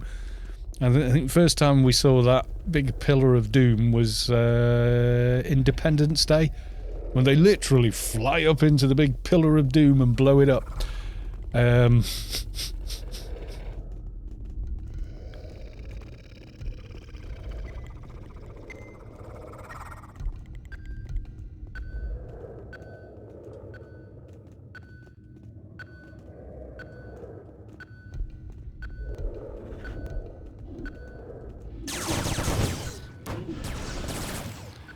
Seems like G.R.R. Martin is not going to finish Song of Ice and Fire anytime soon, no. Way too much science for today's public. Well, we're the most scientifically advanced today than we've ever been any time previous, aren't we? So how can it be too much? I mean, imagine a movie from now, set in the now, being released in the 80s. Blown away. What's all this? Why has everyone got a screen everywhere? And why is this? And what the hell do you mean internet? And social media and all these other things that we take for granted now. We're the most, you know, as a species, we're the most technically advanced we've ever been. And tomorrow it'll be something new. So I don't really know about that.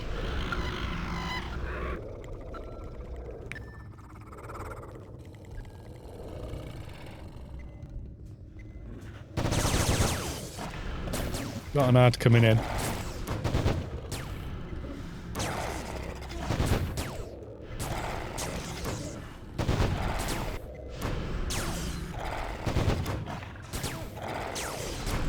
I mean, I don't mind. I mean, I thought Tenant was really good.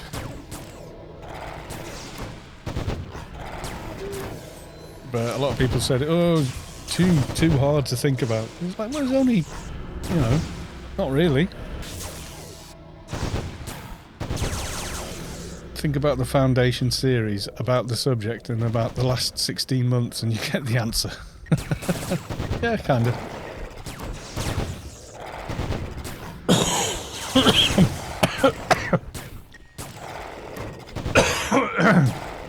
Yeah, a lot of people say, well, why is there no computers in Dune?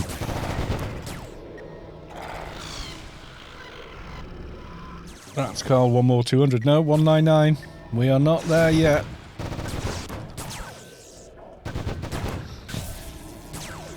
Yeah.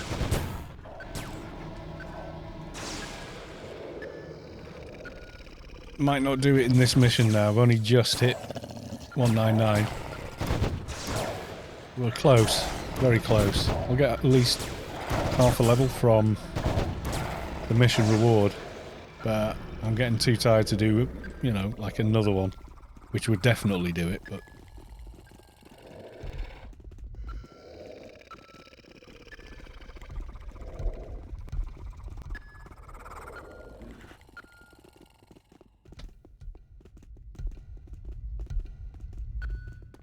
Troy Rising. No, I'm not familiar with it. Come on, Carl, you can do one more. It's like everyone's determined. We want to be there for the 200 ding. Well, no, there's no computers. There's a story reason why there's no computers. There were computers in 1965. NASA was full of them. They were just the size of a building. There were computers in 1965. There weren't multi-core processors, so to speak. But yeah, we had computers then, mate. The most basic computer of them all is your fingers for counting. No, it's not semantics. They were called computers. They had paper tape with punch holes in them. They weren't much more complicated than a loom, but they were computers, and they got Skylab in the sky and everything else. We didn't get integrated circuits till when? Late 70s, before they were like in most things. All that, it was all point to point. Yeah, punch cards, magnetic tape. 65, yeah.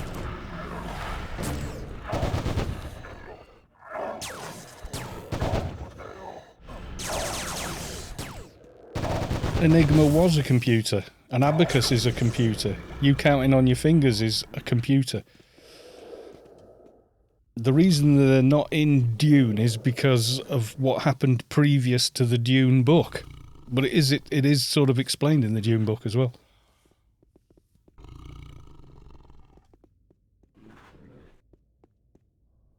We kind of did have submarines in the 1800s. They were just considered unsporting. Not like today's submarines, but we had submersibles, manned submersibles. Famously, Queen Victoria I said, "Well, what do you plan to do with it? Look at the fishes?" And we said, "No, we can plant bombs on enemy ships." Nope. We're not doing it. It's unsporting.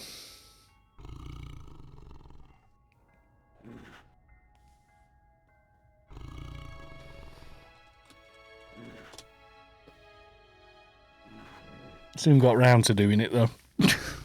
Yeah, I've had submersibles for a lot longer than you may think.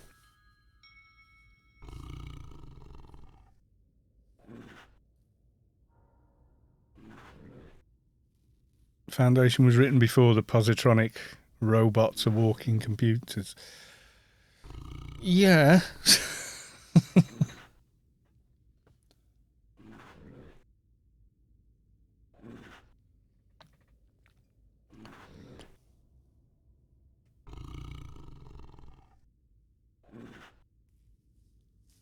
Yeah, I will probably ding 200 tomorrow doing my dailies, so...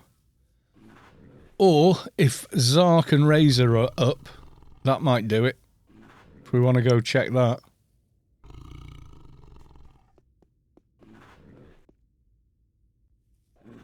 Up to you guys.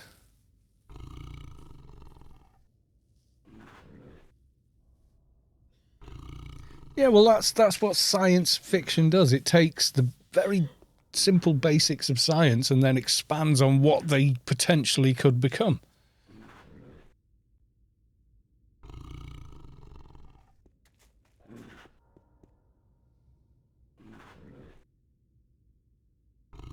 So we had submersibles. We understood how they worked.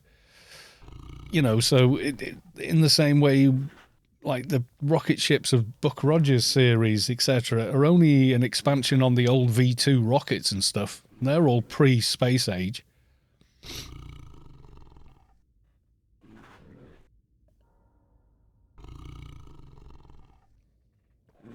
I mean, they still... Some science fiction movies from the 50s explore quite a lot to do with like losing fuel and therefore knowing that they're going to have to lose weight off the craft in order to get home and things like that. There's a couple of movies like that. I can't think what the name is. It's probably one of the better B-movie science fictions. It's in colour as well, but I can't think what it's called. But yeah, I think you can watch it for free on YouTube. It's that old. You know, like even the people who've got the rights to the movie just don't care anyway, you know. Do you remember that? Do you remember when you could get movies on YouTube all over the place?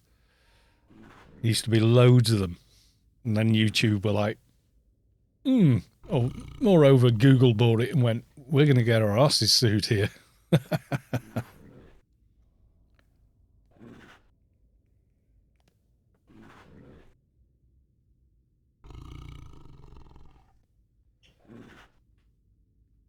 What do you want to do, guys? Do we want to go and check on Zark and Razor? Or have you had enough now, Noah? Bearing in mind we haven't got a healer now.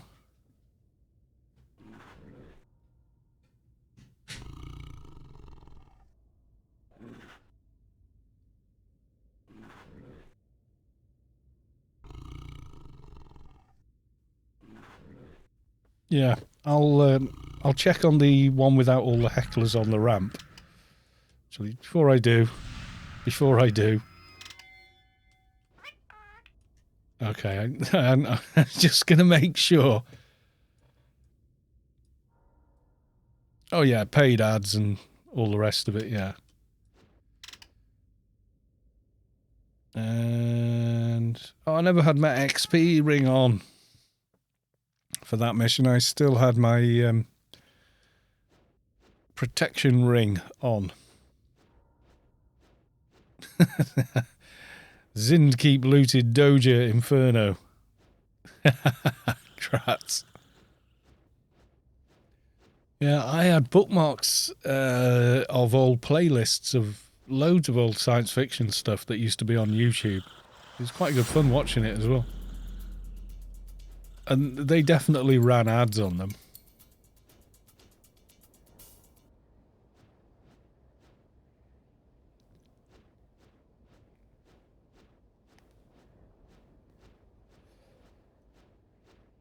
Daylight. All right, have a good night, everyone. Got to do some work like things. Yes, don't get into trouble at work for the sake of listening to me waffle on about which movie should be a which book should be a movie and which Star Trek was the best and crap like that. No one really cares about.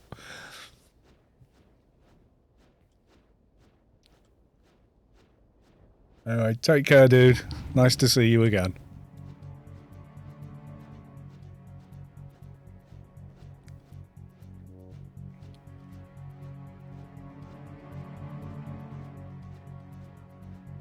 Yeah, this ramp is a lot safer than the other ramp. Nothing on the mini-map yet. There is something directly down at the bottom, though. I think. Could be. Not seeing a central dot, but let's go take a look. No.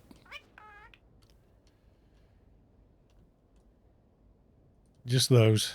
Couple of vortexes. Yeah. No sign. Okay, I think we're probably done there. So 199's pretty good going. I think if we'd have killed Zark and Razor and then done 2 missions, that probably would have done it. But yeah. Transform 9, hi there. Think of coming back to AO after 10 years. Do they still have the population? It's busier now than when you left. Literally busier now. The server is busy. Well, server now, really. Is busier now than it was 10 years ago. I kid you not. Because I've been here for the whole time and it is busier now. There's new dungeons for high bees. There was a massive patch of changes back in 2015, the 18.7 patch. An updated DX9 engine, which still has the same textures, and apart from the lighting and such, isn't that different, but it is nicer. And yeah, the game's probably in better shape now than it has been before, honestly. I mean, come back on a Froob account for free. Check out the place, see if you still have fun playing the game. And if you do, you do. You know?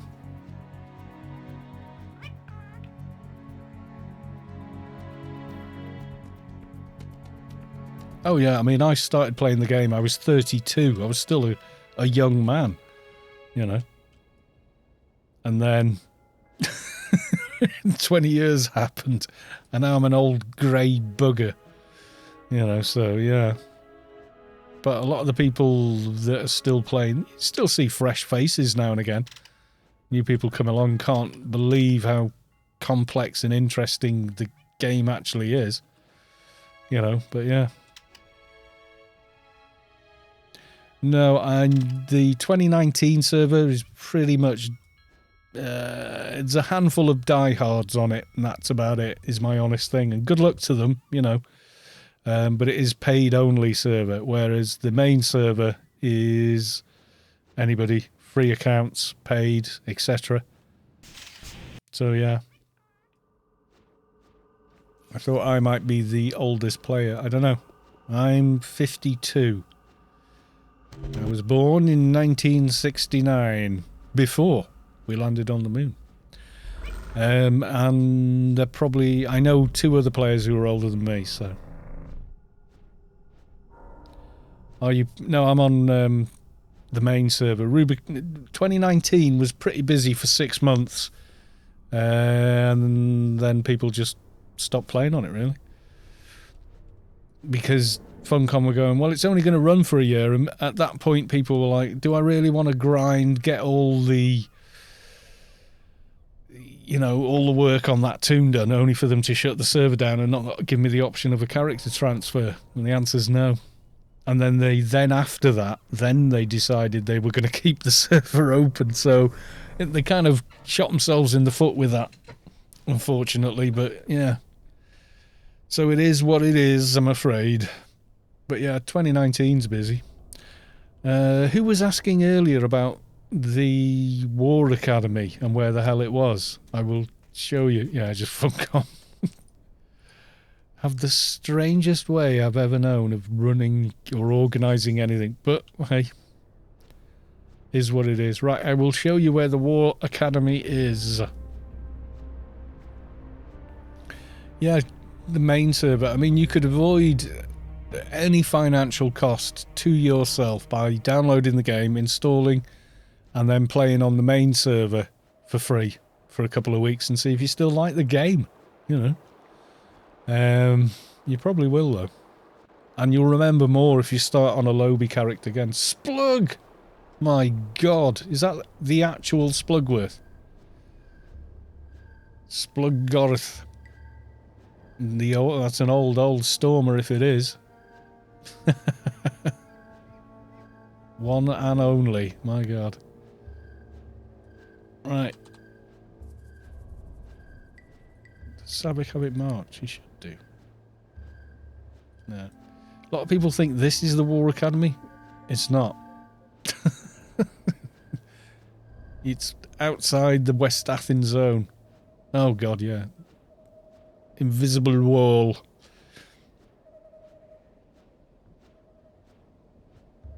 Maybe you can explain to me the purpose of the War Academy. Well, it's got Sun Tiao, or however you say that, in there, and they were, was they Japanese warlord or something? I'm out. Wasn't it you asking about about this place though, Zinzig? The one I'm flying all the way to now for you. Yeah, well, it's sort of Trash King's down there, and it's all the way north here. And it was a XP area for people. You know, the old Temple of the Three Winds didn't have a temple. It just had the flat bit and the spires around it and a load of level 60 mobs. And people would just go there because they respawned quick and it was good XP. It wasn't Zinzig. Yeah, it might have been Daylights, actually. So, Daylights, when you're watching this VOD to catch up on the bit you missed. Temple of the Train Wrecks, you mean? Yeah, it used to be, yeah. Oh, wait, no, wait till I pull. No! 500 mobs come out. Yeah, and then they eventually put a dungeon there. Right, so this is the War Academy. Outpost sentries, level 250. They didn't used to be. There's Assault Commander Slack. I think there's some quests for in here as well. If you're Omni or whatever. See? Advanced Pharmacist and yada yada. Anthea Marconi. Tell me about yourself. So you can go and have conversations, and it's the old tier rings and all that sort of stuff. Yeah, so all of this is into here. Bot Mountain.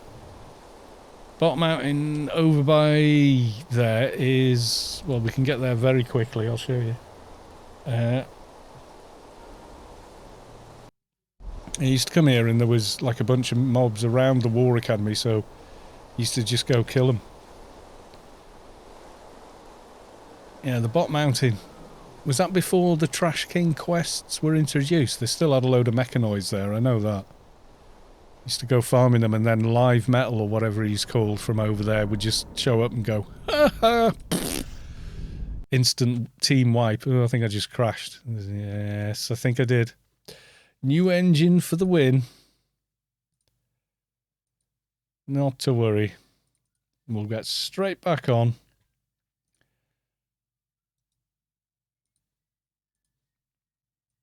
It's been pretty stable all night, so I was probably due a crash. Yeah, the bucket heads came after. Yeah, they were the basic mobs there, weren't they?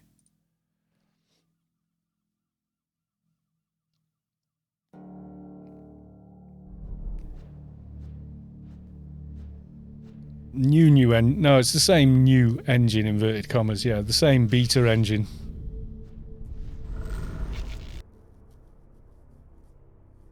The one I made a video for in 2015 that seemed to get a lot of traction. Right, so from here, there's a quick way out to that mountain. This is ICC, where frame rates go to die. Trademark.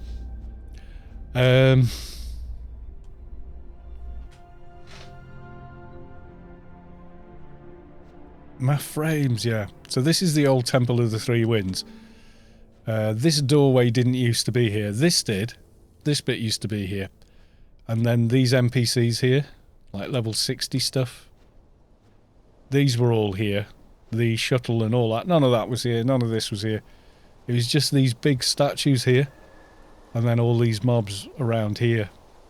So this was an area people came just to kill the mobs here for XP. Now the Bot Mountain is down here where it says mine.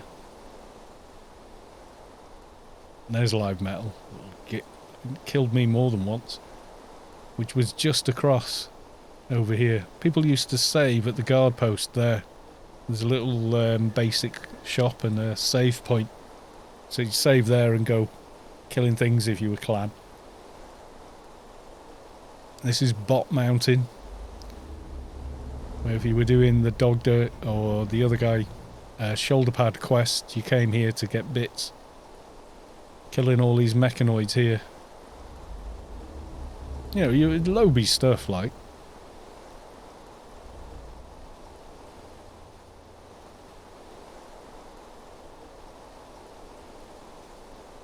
All these kind of guys.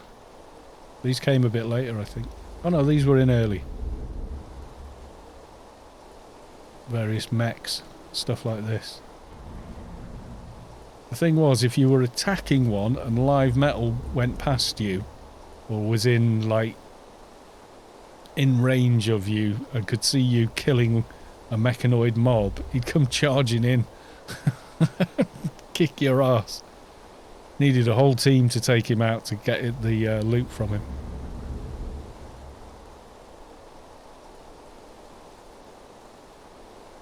It was not easy. Yeah, that's what people used to run all the way from Tier north. There's Tier. You come out the gate, west gate, follow the road, then zone, and run all the way till you got here. And then come and save here. That used to be the reclaim. There's no reclaims anymore. And then in here. Wherever, there you go. Little basic shop. It did, yeah, because every time somebody died, it was there. In fact, it was always busy here before the teleport was added, and the teleport didn't get added till 2015. But it does make life a lot easier. There's a little quest to get here, which is kind of cool as well, that you do in ICC. You can do it at like level 1. You know, it's that easy.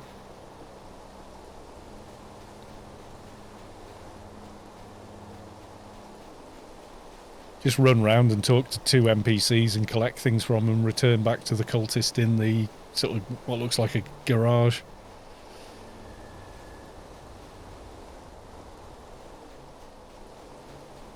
You'd run up here. This was like Tiggs back in its day, and then you'd be sort of here going, okay, I'm gonna pull that. I'm gonna pull it. It's level 60 mob, you know, because everyone was like level 20 or whatever back then. You know, and it was like massively scary mobs and stuff. It was long before they introduced this, and they later introduced the 201 plus version of it. What's the top neutral clan now?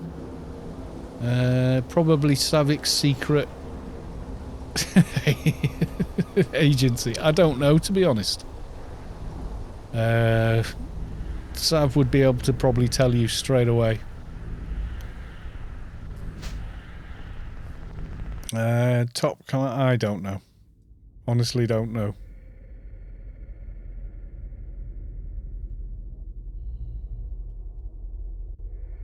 Anyone else play neutral? Savik does, but she's not here. She is gone for her booble bath. So she'd be able to tell you. Wolf Brigade's quite big. What guild is Savik's main characters in? I know she's got her own little guild for fun and whatnot. I think it is Wolf Brigade, isn't it? It'll be what Savik's in, probably.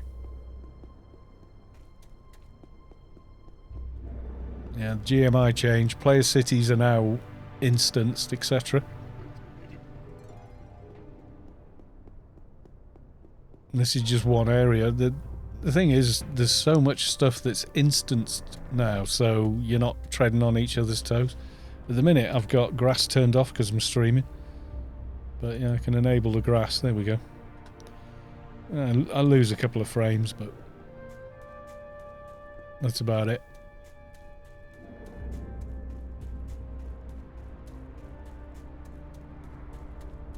That's some of the new celebration armor that's dropped. Probably in social. Yeah, it is. Bulwark of the 8. It's quite nice though. Leveled from 201. 5% XP. 5% XP and a load of base stats as well. And nano skills. It's actually not terrible armor to level in that. But he's probably wearing... yeah, Lauren's breastplate and all that kind of stuff.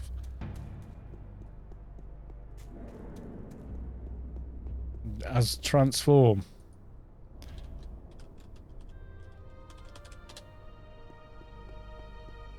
Transform is a 220 level 30 neutral doctor, squad commander of the Union. Is that you? Is that your toon?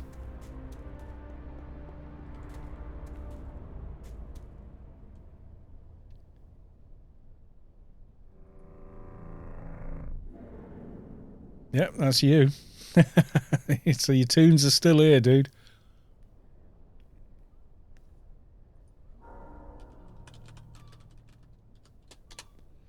Good to know. And you're still in a guild. Win-win. The Union. Anyone else in the Union? Anyone else know anyone in the Union?